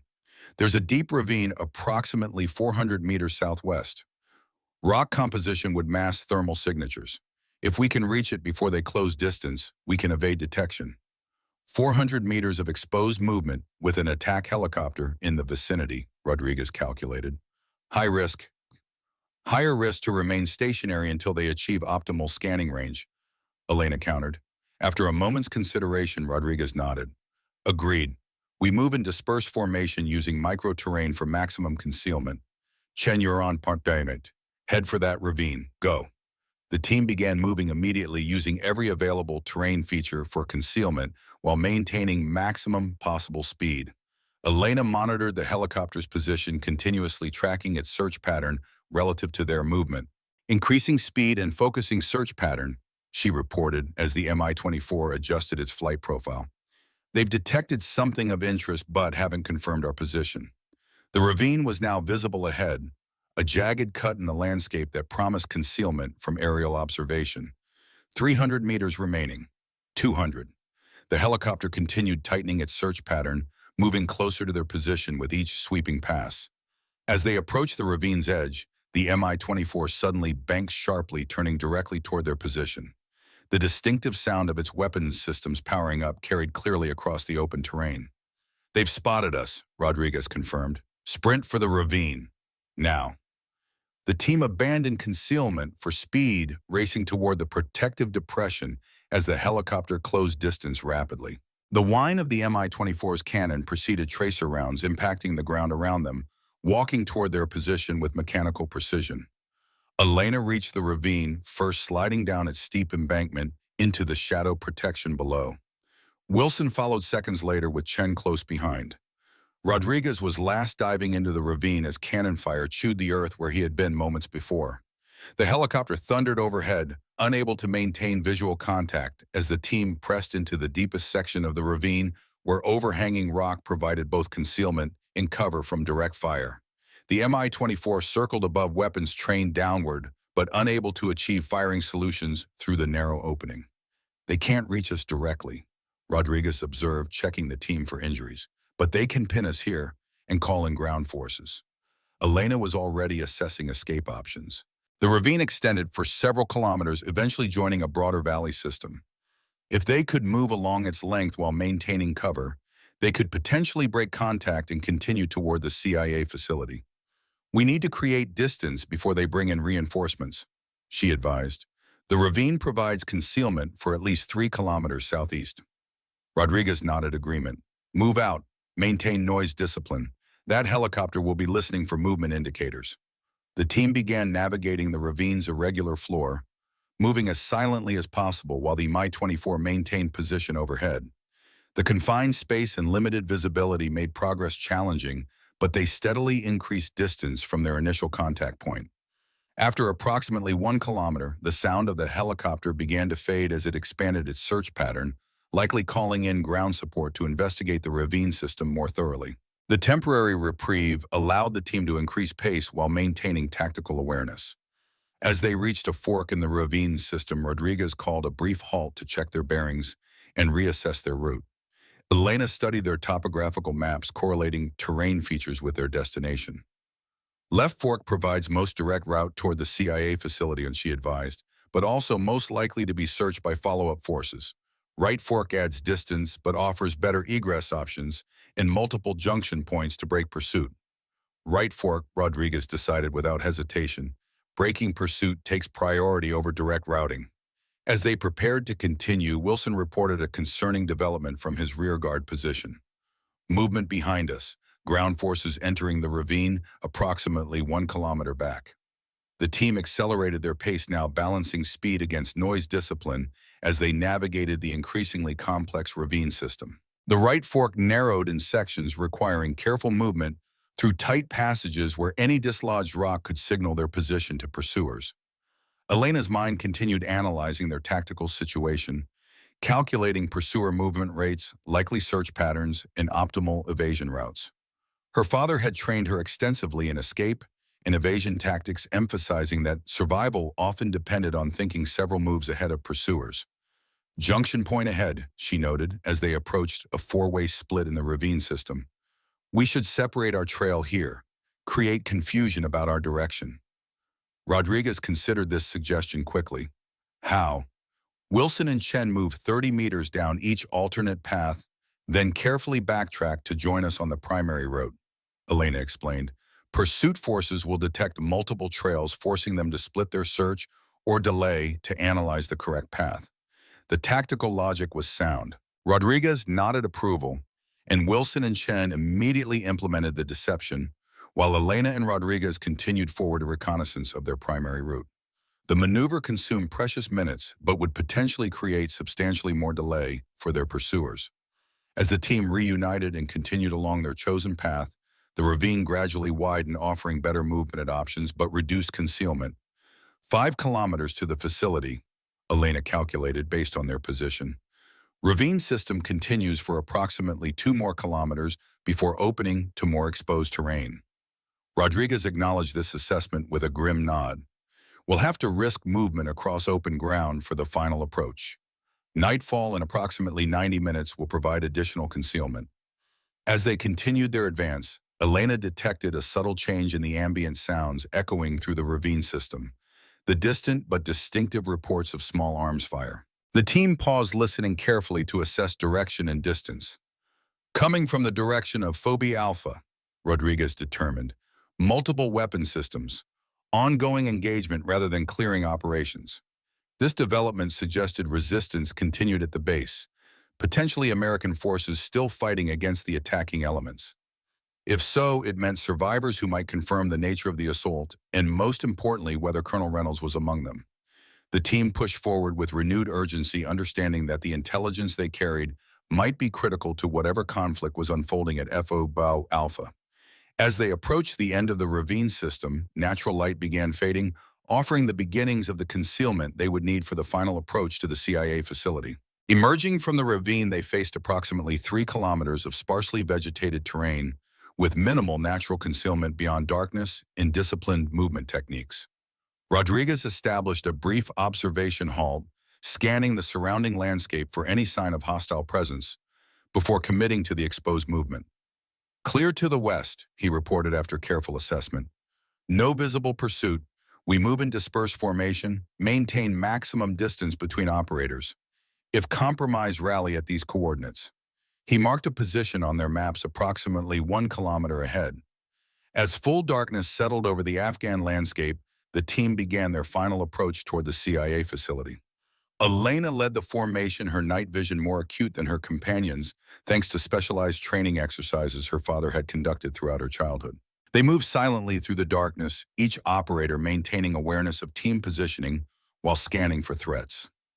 The distant sounds of conflict at Phobie Alpha had faded, leaving an eerie silence broken only by the natural sounds of the Afghan night. 2 kilometers from their destination, Elena froze in place, signaling immediate halt to the team. Her senses had detected something ahead, a subtle disturbance in the natural movement patterns of night creatures. Rodriguez moved forward to her position, acknowledging her signal with a questioning look. Perimeter security, she whispered, indicating an area ahead. Standard CIA protocol, observation post at terrain apex with overlapping fields of fire covering primary approach routes. Rodriguez studied the area she indicated, but could detect nothing unusual. You're certain? Elena nodded once. Her father had taught her to recognize the nearly imperceptible indicators of concealed observation posts, patterns of wildlife movement, subtle alterations in terrain, features the almost subconscious sense of being watched that experienced operators developed. We need to signal friendly approach, she advised. CIA protocols for unscheduled contact involve challenge procedures before authorization to approach. Otherwise, they'll engage with precision fire from concealed positions. Standard recognition signals won't apply if this is an unacknowledged facility, Rodriguez noted. How do you suggest we proceed? Elena considered for a moment. Cold War-era CIA maintained specific approach protocols for compromised assets seeking emergency extraction. My father, she hesitated briefly, mentioned them during my training. Worth attempting. Rodriguez studied her expression in the darkness. Your father taught you CIA emergency protocols. Among other things, Elena replied simply. After brief consideration, Rodriguez nodded. Proceed, but the team maintains covered positions until confirmation of friendly response. Elena moved forward alone, approaching the invisible line that marked the facility's outer security perimeter. When she reached the approximate challenge point, she stopped, removed her night vision equipment, and executed a precise series of movements. International signal system developed during the Cold War specifically for compromised assets approaching friendly positions without standard communication capabilities. For several tense moments, nothing happened. Then a single brief flash of light appeared from a concealed position ahead, acknowledgement of her signal and authorization to approach for verification. Contact established, she reported to the team. Initial challenge authenticated.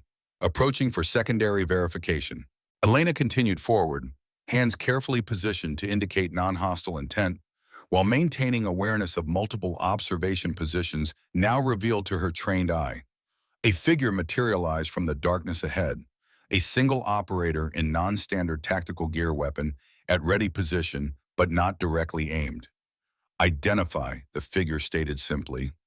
Sentinel Team 5th Special Forces Group, compromised extraction from FOB Alpha carrying priority, Alpha Intelligence requesting emergency secure communication with CENTCOM. The figure studied her carefully, noting her equipment and bearing. Authentication. Elena provided her operational call sign and unit designation, followed by the emergency authentication code all special operations teams memorize for precisely such contingencies. After a moment's consideration, the figure nodded once. Follow, your team can approach. Rodriguez signaled the others forward as Elena was escorted toward the facility's main entrance, a reinforced door built into the hillside that would be virtually invisible to casual observation or even deliberate search without precise coordinates. Inside, the facility revealed itself as a compact but comprehensive intelligence outpost with communication equipment, surveillance systems, and the unmistakable atmosphere of a CIA safe location. 3 additional operators moved with the focused efficiency of agency personnel, their lack of standard uniforms and non-regulation equipment confirming their status. The team leader introduced himself simply as Clark, offering no rank or further identification. FOB Alpha was hit approximately 6 hours ago. Coordinated assault with support elements, suggesting state-level involvement. We lost communication with the base shortly after the attack began. Rodriguez stepped forward. We have intelligence directly relevant to the attack. Need secure communication with CENTCOM immediately. Clark nodded toward a secure communication station. System is hardened against regional jamming. Direct link to CENTCOM through satellite relay. As Rodriguez moved to establish communication, Elena surveyed the facility with professional assessment. The equipment layout and security measures all confirmed her initial identification, a CIA forward operating site established for precisely the kind of contingency they now faced. My father mentioned it, Elena replied simply. Something in Clark's expression shifted. Recognition, perhaps, or reevaluation. Victor Volkov's daughter. I worked with him during the extraction of the chemical weapons specialist from Kazakhstan. He told me he was training someone special. Never mentioned it was his own daughter. The casual confirmation that the CIA officer had personally known her father immediately raised questions Elena had no time to pursue. Clark was already moving toward a tactical display showing regional activity. We've been monitoring unusual movement patterns for the past 48 hours, he explained as the team gathered around. Russian equipment, non-standard operators mixing with Taliban elements, coordinated activities suggesting rehearsed operations rather than opportunistic cooperation. Rodriguez joined them, his expression grim. CENTCOM confirms FOB Alpha was hit by an unknown force with capabilities exceeding standard insurgent groups. Limited communication with survivors indicates the attackers secured specific areas of the base before withdrawing, intelligence section and special storage facilities. Project Crimson, Elena stated, connecting the elements of their intelligence. The attack was targeted extraction, not occupation. Clark's gaze sharpened. You have confirmation on Crimson. Rodriguez deferred to Elena, who provided a precise summary of the intelligence gathered during their surveillance operation. The Russian presence at the Taliban leadership meeting, specific references to Project Crimson, dispersal mechanisms, and activation protocols. Clark absorbed this information with the controlled reaction of a seasoned intelligence officer, but Elena detected the subtle indicators of significant concern. This confirms our worst-case assessment, he noted finally. Project Crimson refers to specialized Soviet chemical weapons designed for regional denial operations. Development supposedly terminated in 1991, but intelligence suggested specific components and research continued under black programs. The implications were immediately clear to everyone present. Chemical weapons deployed in Afghanistan would create catastrophic humanitarian consequences, while potentially rendering large areas uninhabitable for coalition forces. The Russians are providing these weapons to the Taliban. Rodriguez questioned his disbelief evident. Not Russians directly. Elena clarified the pattern finally becoming clear in her mind.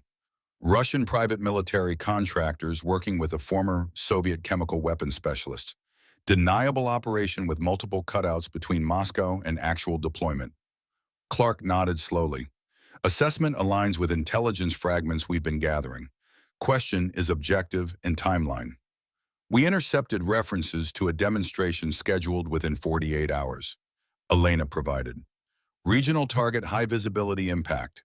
Based on traditional Taliban targeting patterns, likely civilian dense location or coalition forward position with Afghan security forces present. But the tactical display shifted to show regional population centers and coalition positions, potential targets highlighted based on strategic value and vulnerability. The range of possibilities was concerning. Dozens of locations where such an attack could create maximum psychological impact while providing operational testing of the weapon system. CENTCOM is deploying the response units from Bagram, but earliest arrival is 12+ hours, Rodriguez reported. They're requesting all available intelligence on potential targets and weapon systems. Clark turned to Elena. During the surveillance, did you identify any specific location references, code names for targets, or deployment zones? Elena closed her eyes briefly, reviewing the conversations she had translated with perfect recall, a skill developed through years of specialized memory training under her father's tutelage. They referenced Valley of Light multiple times in context with deployment timing, she recalled. Local dialect variations suggesting Nuristan province, possibly the provincial capital or surrounding region. Clark immediately adjusted the tactical display, focusing on Nuristan province. Provincial capital hosts a combined coalition and Afghan security force base. Population approximately 30,000 civilians. High-value target consistent with demonstration objectives. Rodriguez studied the map, calculating distances and response options. 8 hours by vehicle to reach the provincial capital from our position. No air assets available given the regional situation. The unspoken question hung in the air. Did they attempt direct intervention with their limited team, or focus on intelligence relay while waiting for CENTCOM response forces? The decision balanced moral imperative against tactical reality. 4 operators against an unknown hostile force deploying chemical weapons represented nearly impossible odds. Elena studied the tactical display, analyzing terrain approach routes and defensive positions with the methodical precision her father had instilled. The delivery system is likely vehicle-mounted for mobility and dispersal range. Targeting the delivery system rather than attempting to secure the entire area would be the most efficient approach with limited personnel. Clark considered this assessment. Agency assets in the region are minimal. This facility is designed for intelligence gathering, not direct action operations. Our team is trained for direct action, Rodriguez stated simply. With adequate intelligence and support elements, we can execute a targeting operation against the delivery system. Clark exchanged glances with his team members before responding. We can provide intelligence support, limited equipment, and secure communication. Operational elements would be entirely your responsibility. The decision point had arrived. Rodriguez looked at each member of his team, reading their commitment in their expressions before turning back to Clark. We'll need transportation, additional ammunition, and any available intelligence on Russian PMC operational patterns in the region. He stated his decision made, and direct communication link with any responding CENTCOM assets. As Clark moved to arrange the requested support, Elena studied the satellite imagery of Nuristan province, analyzing terrain features and potential deployment locations for chemical weapons. Her father's training had covered recognition and response to such weapons, another element of his specialized knowledge that had seemed academic until this moment. There's something else, she said quietly to Rodriguez. If Reynolds survived the attack on FOB Alpha, he would immediately recognize the targeting pattern based on his experience with Soviet tactics during Desert Storm. He might already be moving to intercept. Rodriguez considered this possibility. Reynolds would need to know about Project Crimson first. If the attackers targeted the intelligence section, they may have missed secure data in Reynolds' personal files, Elena suggested. He maintained separate intelligence archives based on his previous operations. This insight into the colonel's operational procedures raised obvious questions about Elena's knowledge of classified systems, but Rodriguez focused on the tactical implications rather than administrative concerns. If Reynolds is mobile and aware of the threat, we need to coordinate rather than potentially engage friendly forces in the field, he concluded. Any suggestions for contact methods outside compromised channels? Elena nodded slowly. Cold War-era special operations used emergency fallback frequencies rotated according to specific patterns. Reynolds would know these from his previous deployments. Worth attempting contact on those channels once we're mobile. The pieces were falling into place. A desperate mission with minimal resources against a threat of potentially catastrophic proportions. As Clark returned with confirmation of available support, the team began immediate preparation for movement toward Nuristan province. Vehicle will be ready in 30 minutes, Clark informed them. Modified local pattern with reinforcement and concealed weapons mounts. Not military grade, but serviceable for your requirements. As Wilson and Chen began inventorying and preparing the additional equipment provided by the CIA team, Rodriguez drew Elena aside for a private consultation. Volkov, he began carefully, your knowledge of Soviet systems, CIA protocols, specialized communication methods. This goes well beyond standard training or casual mentions by your father. Elena met his gaze directly. Is this relevant to the current mission, Sergeant? It's relevant to my assessment of our operational capabilities, Rodriguez replied evenly. I need to know exactly what we're working with. After a moment's consideration, Elena provided a carefully measured response. My father prepared me for contingencies he considered probable based on his experience. Some of that preparation included knowledge not typically available to conventional forces. All of it is now at your disposal for mission success. Rodriguez studied her expression, weighing the implications of her statement against the immediate tactical requirements. Reynolds had concerns about your background, said you represented an unknown quantity with questionable loyalty indicators. And your assessment, Elena asked quietly. Actions speak louder than background checks. Rodriguez replied simply, you've consistently demonstrated loyalty to the team and mission. That's what matters in the field. The tension in Elena's shoulders eased slightly, not full acceptance perhaps, but professional recognition of her value to the mission. In the complex world of special operations, such pragmatic assessment often meant more than formal acknowledgement or institutional approval. As they rejoined the team's preparation activities, Clark approached with a satellite phone. Secure link established with CENTCOM. They're requesting direct briefing on your planned intervention. Rodriguez took the phone, providing a concise summary of their intended operation. Movement to Nuristan province reconnaissance of potential deployment locations, targeted interdiction of chemical weapons delivery systems prior to activation. The responses from CENTCOM indicated both approval of the initiative and concern about the limited resources available for such a critical mission. When Rodriguez returned the phone, his expression reflected the weight of responsibility they had assumed. CENTCOM is redirecting all available assets to support, but realistic timeline remains 12+ hours minimum before substantial forces can reach the region. We're authorized for direct action based on tactical assessment once on site. The team acknowledged this information with the professional focus characteristic of special operations personnel. Concern without distraction, awareness of odds without surrender to them. They would proceed with the mission regardless of probability of success because the alternative was unacceptable. As they completed final preparations, Elena performed a comprehensive check of her equipment with the methodical precision her father had instilled. The familiar routine centered her thoughts, focusing her mind on the immediate challenges rather than the broader implications of their situation. Clark approached as she finished her preparations. Volkov, he said quietly, ensuring their conversation remained private. Your father's contribution during his service was significant. Many still remember. Elena paused, studying the CIA officer carefully. You knew him personally, working together on several operations during the transition period, Clark acknowledged. He was right about a lot of things, including the necessity of preparing the next generation for contingencies like this. Before Elena could respond, Clark pressed a small device into her hand, a specialized communication module of Russian origin, compact and unmarked. Might be useful for your current mission. Frequency spectrum coverage exceeds standard military bands. The unspoken message was clear. Clark was providing access to capabilities officially unavailable to conventional military forces based on his recognition of Elena's unique background and the critical nature of their mission.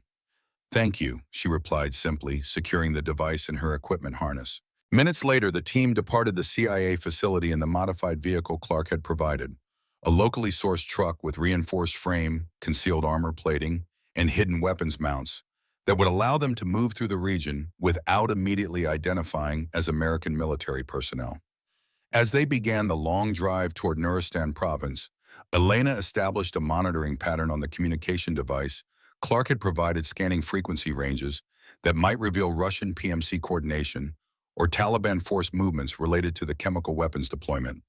The Afghan night surrounded them, stars brilliantly clear in the pollution-free sky as they navigated the challenging terrain.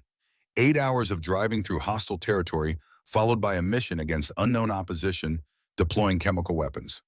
The odds were daunting by any professional assessment. Yet as Elena monitored communications and scanned the passing landscape for threat indicators, she felt an unusual calm, the clarity that came from absolute focus on mission requirements rather than personal concerns or institutional limitations. Her father had described this state during his lessons, explaining that true operators achieve their highest capabilities when circumstances stripped away everything but essential purpose. 3 hours into their journey, as they navigated a particularly challenging mountain pass, Elena detected a faint transmission on one of the specialized frequencies, a brief burst of coded communication using a pattern she recognized from her father's training. Contact on emergency channel, she reported immediately, pattern consistent with American Special Operations Emergency Communication Protocol. Rodriguez directed her to respond according to proper authentication procedures. Elena transmitted the appropriate response code, then waited as 10 seconds passed before a reply appeared. When it came, the transmission contained a single identifier, Sandstorm Actual. Elena's breath caught as she recognized the call sign. "It's Reynolds," she confirmed, turning to Rodriguez. "Colonel Reynolds is alive and mobile." The implications were significant. Not only had their commanding officer survived the attack on FOB Alpha, but he had assessed the situation correctly and was already operating independently to counter the threat. "Can you establish secure communication?" Rodriguez asked, immediately grasping the tactical opportunity this represented. Elena adjusted the communication device, implementing frequency hopping protocols to minimize interception risk before responding to Reynolds' transmission with their location, heading, and mission status. The response came moments later. Coordinates for a rendezvous point approximately 2 hours ahead on their current route, followed by a simple acknowledgement. "Confirmed, maintain communication security. Reynolds out." The team exchanged glances as Elena relayed this information. Reynolds' survival altered their tactical options significantly, potentially providing additional capabilities for the critical mission ahead. Yet questions remained about his status, available resources, and assessment of the situation. "Adjust course for the rendezvous coordinates," Rodriguez decided after brief consideration. "Maximum security protocols during approach could be compromised despite authentication." The unspoken concern was valid. In the complex battlefield environment they faced with Russian special operations potentially involved, even authenticated communications couldn't be accepted without verification. Elena adjusted their route while maintaining communication monitoring for any additional transmissions or potential indicators of hostile interception. As they continued toward the rendezvous point, the first hints of dawn appeared on the eastern horizon, a faint lightening of the sky that would soon remove the concealment of darkness they had relied upon for movement. The timeline was tightening, with approximately 36 hours remaining before the planned chemical weapons deployment, if their intelligence assessment was accurate. An hour later, approaching the designated coordinates, Elena detected subtle signs of observation along their route. Nothing concrete, merely the instinctive awareness that experienced operators develop when under surveillance. "We're being watched," she reported quietly. "Professional observation, not hostile engagement. Likely Reynolds establishing security before revealing position." Rodriguez nodded, understanding. "Standard procedure. Maintain course but increase awareness." As they rounded a bend in the mountain road, a single figure appeared ahead, positioned beside a concealed vehicle partially visible among the rocks. The figure's stance and bearing were immediately recognizable. Colonel James Reynolds, looking weathered, but very much alive. Rodriguez halted their vehicle at a prudent distance, allowing for security assessment before committing to direct contact. Elena studied Reynolds through field glasses, confirming his identity while noting details of his condition. Combat equipment showing signs of recent engagement, field medical bandaging visible on his left arm, the focused alertness of a veteran operator in hostile territory. "It's him," she confirmed. "Appears to have sustained minor injuries but fully operational." Rodriguez signaled acknowledgement to Reynolds, then directed the team to approach while maintaining tactical awareness of potential additional personnel or threats in the area. As they drew closer, Elena could see that Reynolds was alone. No support team, no additional operators, just the colonel operating independently in extraordinary circumstances. They exited their vehicle at respectful distance, approaching on foot, with Rodriguez taking lead position. Reynolds watched their approach with the measured assessment of a commander evaluating both friendly forces and potential threats.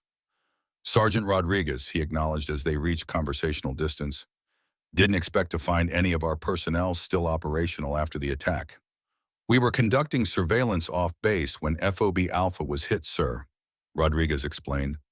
"Unable to return due to the base compromise. We've been operating independently since, with assistance from regional assets." Reynolds' gaze shifted to the other team members, lingering on Elena with particular intensity.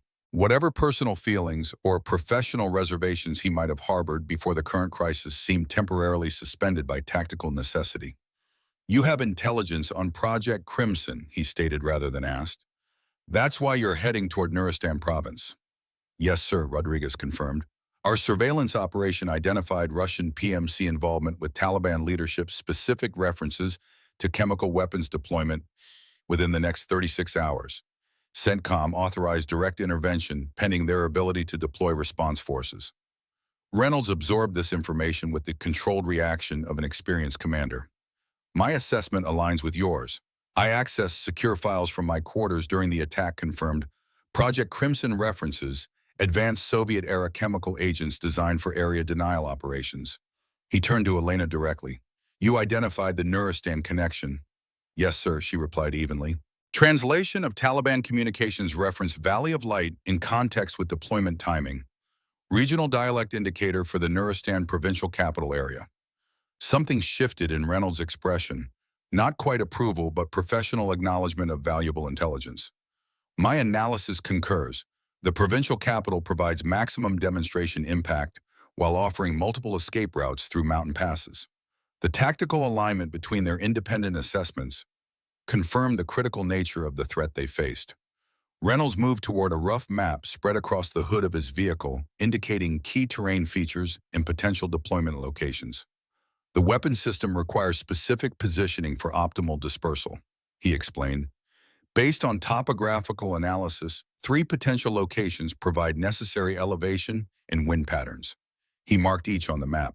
"My plan was a reconnaissance of all 3, followed by direct action against confirmed target." Rodriguez studied the map. "Our team can significantly enhance that capability, sir. Split reconnaissance with coordinated response once target is confirmed." Reynolds nodded slowly, his tactical assessment evidently overriding any previous reservations about team composition. "Agreed. We'll establish communication protocols and response parameters, then proceed to initial reconnaissance positions." As they began detailed operational planning, Reynolds drew Elena aside for a brief private conversation. His expression remained professionally neutral, but his eyes carried a weight beyond immediate tactical concerns. "Volkov," he began, "your background and training have been matters of concern since your arrival at FOB Alpha." "Yes, sir," she acknowledged simply. "Your father's KGB history, your own exceptional capabilities in areas not consistent with your official training, these created legitimate questions about security implications."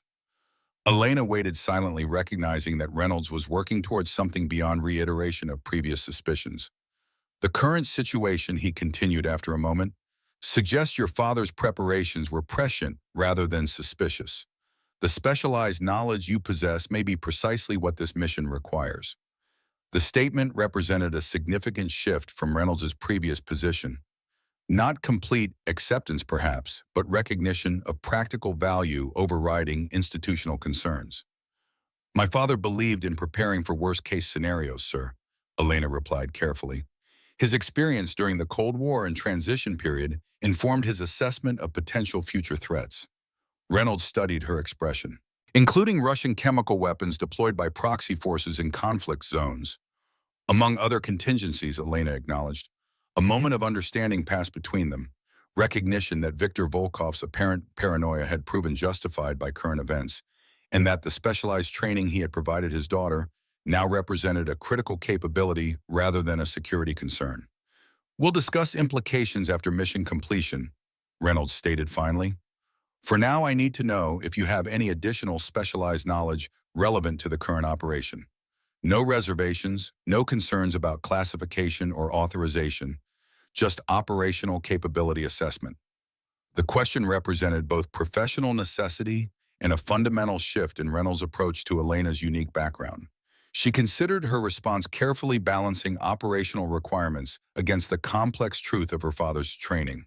I received detailed instruction in Soviet chemical weapon systems, including recognition, delivery mechanisms, and countermeasures, she confirmed. My father maintained comprehensive knowledge of Project Crimson, specifically including technical vulnerabilities of the dispersal systems. Reynolds absorbed this information with the focused attention of a commander assessing critical mission capabilities. That knowledge may determine mission success or failure, he acknowledged simply. I'm temporarily suspending all previous restrictions on your operational role. Full team integration based on capability requirements.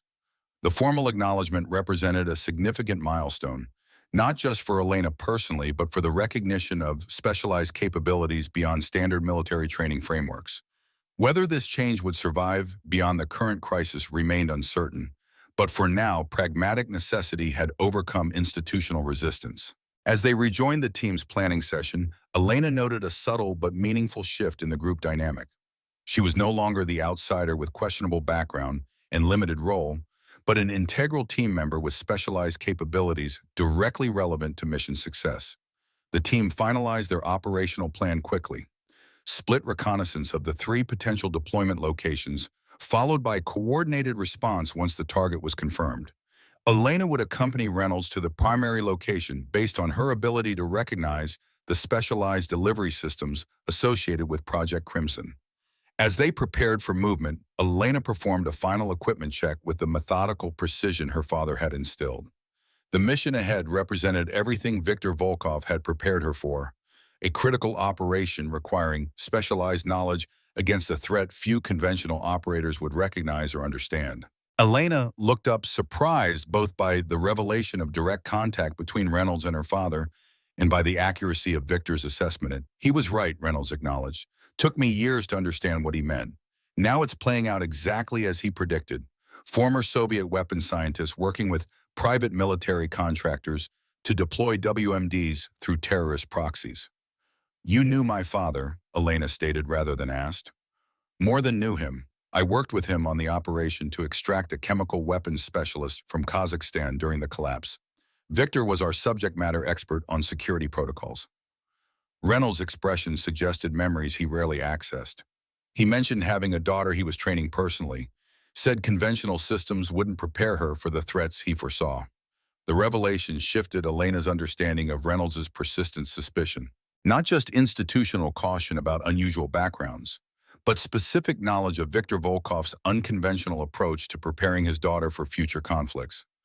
What you don't know, Reynolds continued, his voice lowering further, is that the specialist your father helped extract was involved in the Crimson Project. The man warned us that several key components had already been transferred to private hands, insurance against the collapse. Your father was convinced those components would eventually resurface in asymmetric warfare scenarios. Lena processed this information rapidly. That's why you recognize the Crimson reference immediately. Reynolds nodded, and why I've been watching you so carefully. Your father made me promise something before we parted ways. Said if I ever encountered his daughter in my command, I should test her thoroughly before trusting her capabilities. Said his training methods might seem questionable, but would prove essential when conventional approaches failed. The pieces were falling into place.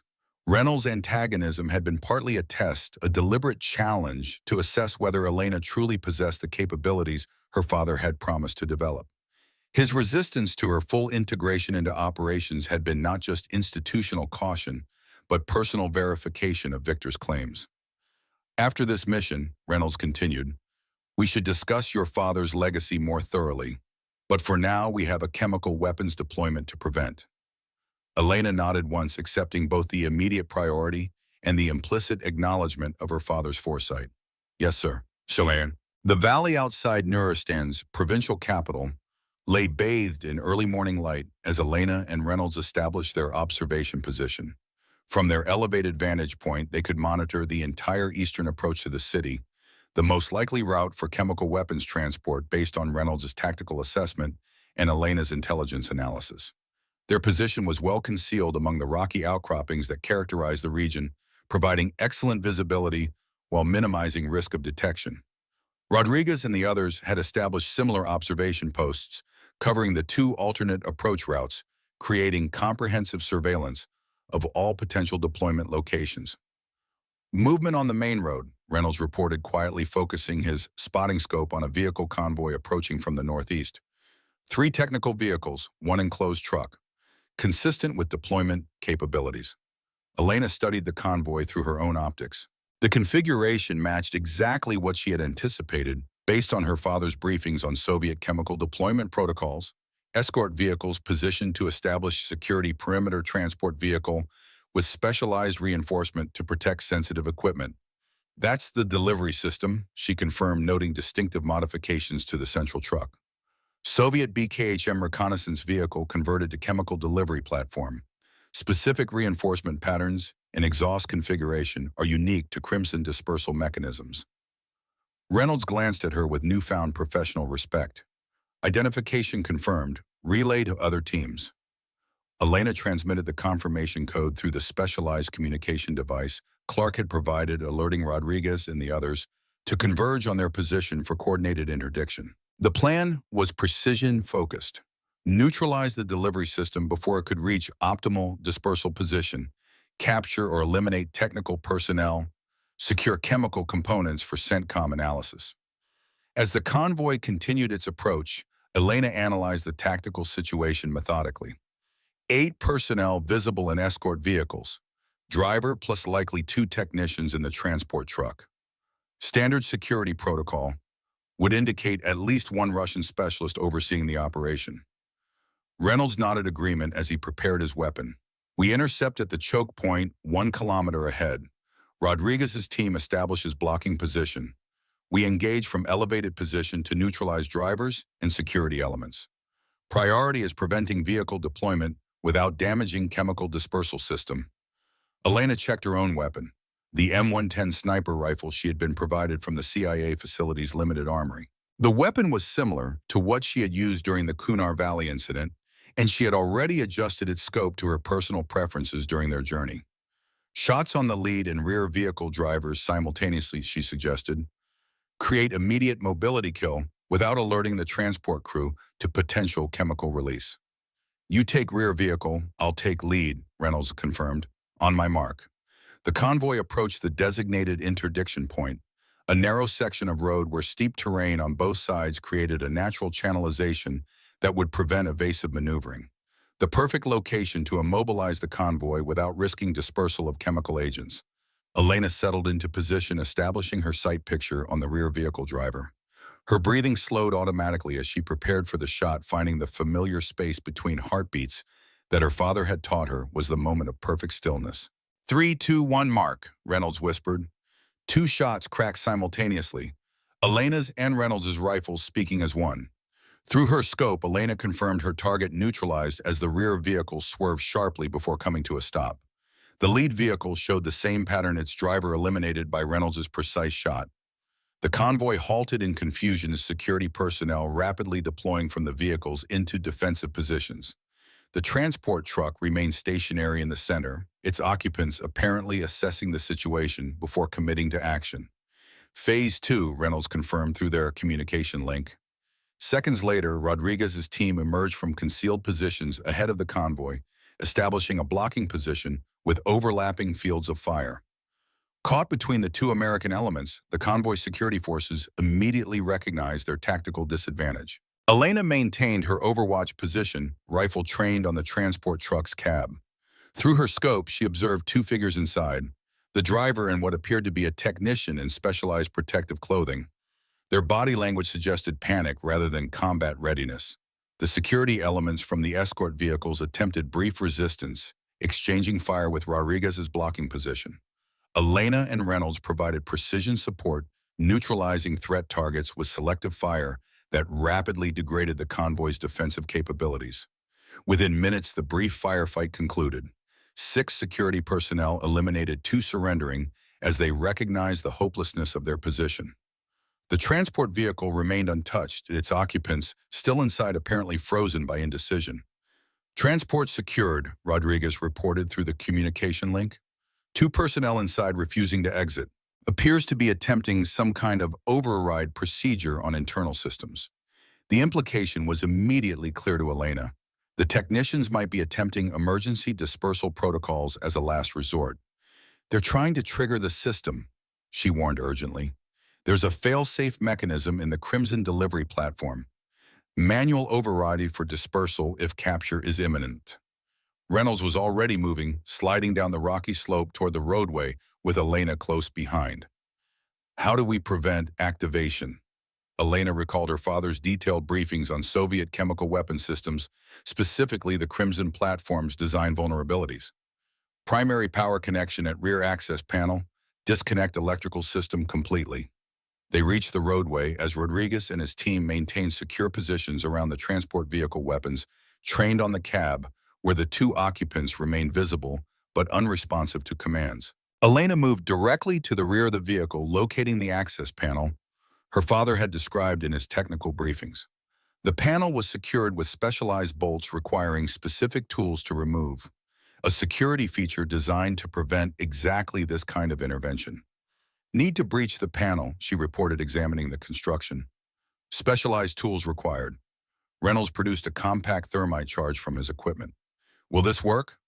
Elena nodded, positioning the charge precisely at the junction point where the panel met the vehicle frame.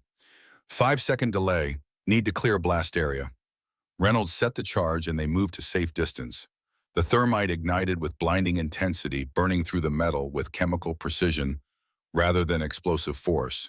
Exactly the controlled breach required to access the panel without risking damage to the chemical systems within. Once the thermite had completed its work, Elena approached the now accessible panel, identifying the primary power distribution system for the dispersal mechanism. Main power bus here, she indicated, pointing to a bundle of heavy cables connected to a central junction box. Complete disconnection required. Rodriguez had joined them, reporting that his team maintained control of the perimeter while Chen monitored the 2 occupants, who appeared increasingly agitated. They're still attempting something in the queue, he warned. Likely countdown protocol. Elena worked quickly using wire cutters to systematically sever each connection to the power distribution system. As she cut the final cable, the vehicle's internal systems powered down with an audible whine of decreasing electrical activity. System neutralized, she confirmed, checking for any secondary power sources that might maintain critical functions. Complete electrical isolation achieved. Chemical dispersal mechanisms cannot activate without power to compression and delivery systems. Reynolds nodded in approval. Secure the occupants. Technical exploitation team from CENTCOM will handle final containment and analysis. As Rodriguez's team moved to extract the 2 technicians from the bay, Elena continued her examination of the vehicle's external systems, confirming that all dispersal mechanisms were fully neutralized and presented no immediate threat. Her father's detailed knowledge of Soviet chemical weapons design had proven precisely as valuable as he had anticipated when training her years ago. The technicians were extracted from the cab, one local Afghan clearly serving as driver and general assistant, the other a middle-aged Eastern European man whose specialized protective clothing and technical equipment marked him as the chemical weapons expert. When the European saw Elena examining the neutralized delivery systems with obvious understanding, his expression shifted to one of professional surprise. "You know Crimson systems?" he stated in heavily accented English, studying her with new interest. "Not possible for American soldier." Elena didn't respond directly, continuing her systematic check of the vehicle's exterior components. The man's accent and familiarity with the system confirmed her assessment. A former Soviet weapons scientist now working as a private contractor, exactly the scenario her father had predicted during the USSR's collapse. Reynolds approached, securing the man's restraints before addressing him. Your deployment has been prevented. Your technical staff at the base location are already in custody. The demonstration will not occur. The scientist's expression remained impassive, but Elena detected the subtle shifts that indicated genuine surprise. Impossible. Security protocols were absolute. Not as absolute as you believed, Reynolds replied simply. Elena completed her examination, confirming to Reynolds that the system was fully neutralized and safe for transport. As she turned away, the scientist called after her in Russian. Who trained you in Crimson protocols? Only 6 specialists ever had complete system knowledge. Elena paused, then responded in perfect Russian. My father believed in preparing for contingencies. The man's eyes widened slightly, a flash of recognition crossing his features, before Reynolds moved him away toward the temporary holding area they had established for prisoner transport. Within 30 minutes, the entire area was secured. The chemical delivery system had been rendered completely safe, its technical components preserved for intelligence analysis. The prisoners were restrained and separated for preliminary interrogation. Most importantly, the planned chemical attack on Nuristan's provincial capital had been prevented, potentially saving thousands of civilian and military lives. As the team prepared for extraction, CENTCOM confirmed that reinforcement units were now less than 2 hours away. Specialized teams equipped for chemical weapons, containment, and transport intelligence personnel for comprehensive debriefing and additional security forces to establish defensive perimeter. Elena found a quiet moment to contact Clark at the CIA facility, confirming mission success and requesting coordination for intelligence transfer. The agency would play a crucial role in tracing the network behind the attempted chemical attack, identifying connections between former Soviet weapons scientists, Russian private military contractors, and Taliban leadership. Reynolds approached as she completed the call. Good work, Volkov, he said simply, his tone conveying professional respect that transcended their previous adversarial relationship. Your father would be proud. The comment carried unexpected weight. You think so, sir? I know so, Reynolds replied. He trained you for exactly this scenario, when conventional forces would face threats they weren't prepared to recognize or counter. He understood that the post-Cold War environment would create unique vulnerabilities that required specialized preparation. Elena nodded slowly, the significance of the mission's success still settling in her mind. He always said the most dangerous threats wouldn't come from traditional adversaries, but from the fragments of collapsed systems finding new purposes. He was right, Reynolds acknowledged, just as he was right about you. As the extraction helicopters appeared on the horizon, Elena felt a sense of completion that went beyond tactical success. The mission had validated not just her personal capabilities, but the entire framework of preparation her father had established, a legacy of foresight that had proven its value in the most critical circumstances. 3 weeks later, Elena Volkov stood at attention in Reynolds' office at the newly secured FOB Alpha. The base had been fully reestablished following the attack with enhanced security protocols and improved intelligence integration systems. The broader threat network behind Project Crimson had been identified and dismantled through coordinated multinational operations, with several key figures now in custody awaiting prosecution. Reynolds looked up from the document he was reviewing, his expression unreadable. At ease, Volkov. Elena shifted to parade rest waiting as Reynolds organized several files on his desk. The past weeks had been filled with debriefings, intelligence analysis sessions, and operational reviews, standard procedure following major incidents, but conducted with unusual thoroughness, given the significance of the averted chemical attack. I've received the official assessment from CENTCOM regarding your performance during the Crimson operation. Reynolds began tapping a folder marked with classification indicators. Combined with previous evaluations, it presents a comprehensive picture of your capabilities and contributions. Elena remained silent, recognizing that whatever came next would define her future role within special operations, either formal integration or return to the limited support position she had occupied before the crisis. Your father and I served together only briefly. Reynolds continued shifting to an unexpected personal tone.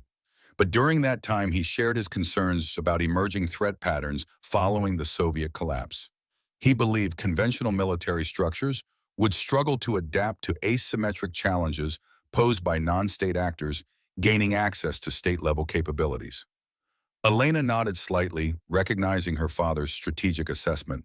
What I didn't fully appreciate until recent events, Reynolds admitted, was how thoroughly he had prepared for those contingencies through your training. The specialized knowledge you demonstrated regarding Soviet weapon systems, covert communication protocols, and intelligence methodologies proved decisive in preventing a catastrophic attack.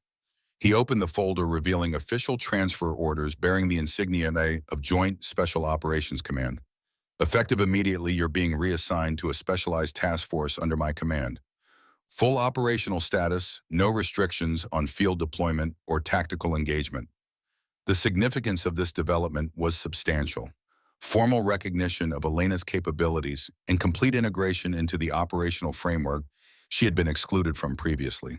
The task force focuses on emerging asymmetric threats with connection to former Soviet systems and methodologies. Reynolds explained, sliding the orders across his desk. Your unique background and specialized training represent capabilities we've identified as critical to mission success. Elena accepted the orders, reviewing them briefly before looking up. Thank you, sir. Don't thank me, Reynolds replied with unexpected candor. This isn't a favor or accommodation. It's recognition that your father's unorthodox approach to your preparation created capabilities our conventional systems couldn't have produced. The recent operation demonstrated that conclusively. He stood extending his hand in a gesture that symbolized not just professional respect, but acknowledgement of Elena's full integration into the operational community she had struggled to join. Welcome to the team's Silent Storm. Elena shook his hand, the moment representing completion of a journey that had begun years ago in the frozen forests of Montana, a journey her father had initiated with the foresight to prepare her for threats others couldn't yet envision. As she left Reynolds' office, she noticed Sergeant Thompson waiting in the corridor, his weathered face bearing the knowing expression of someone who had recognized her potential long before institutional barriers had fallen. Your father would be proud, Thompson said simply as she approached, but not surprised. Elena nodded her acknowledgement, understanding the deeper meaning behind his words. Viktor Volkov had trained his daughter not just in specialized skills, but in the patience to wait for the moment when those skills would prove essential, when conventional approaches would fail against unconventional threats. The path ahead would hold new challenges, new threats that would test the unique capabilities her father had instilled.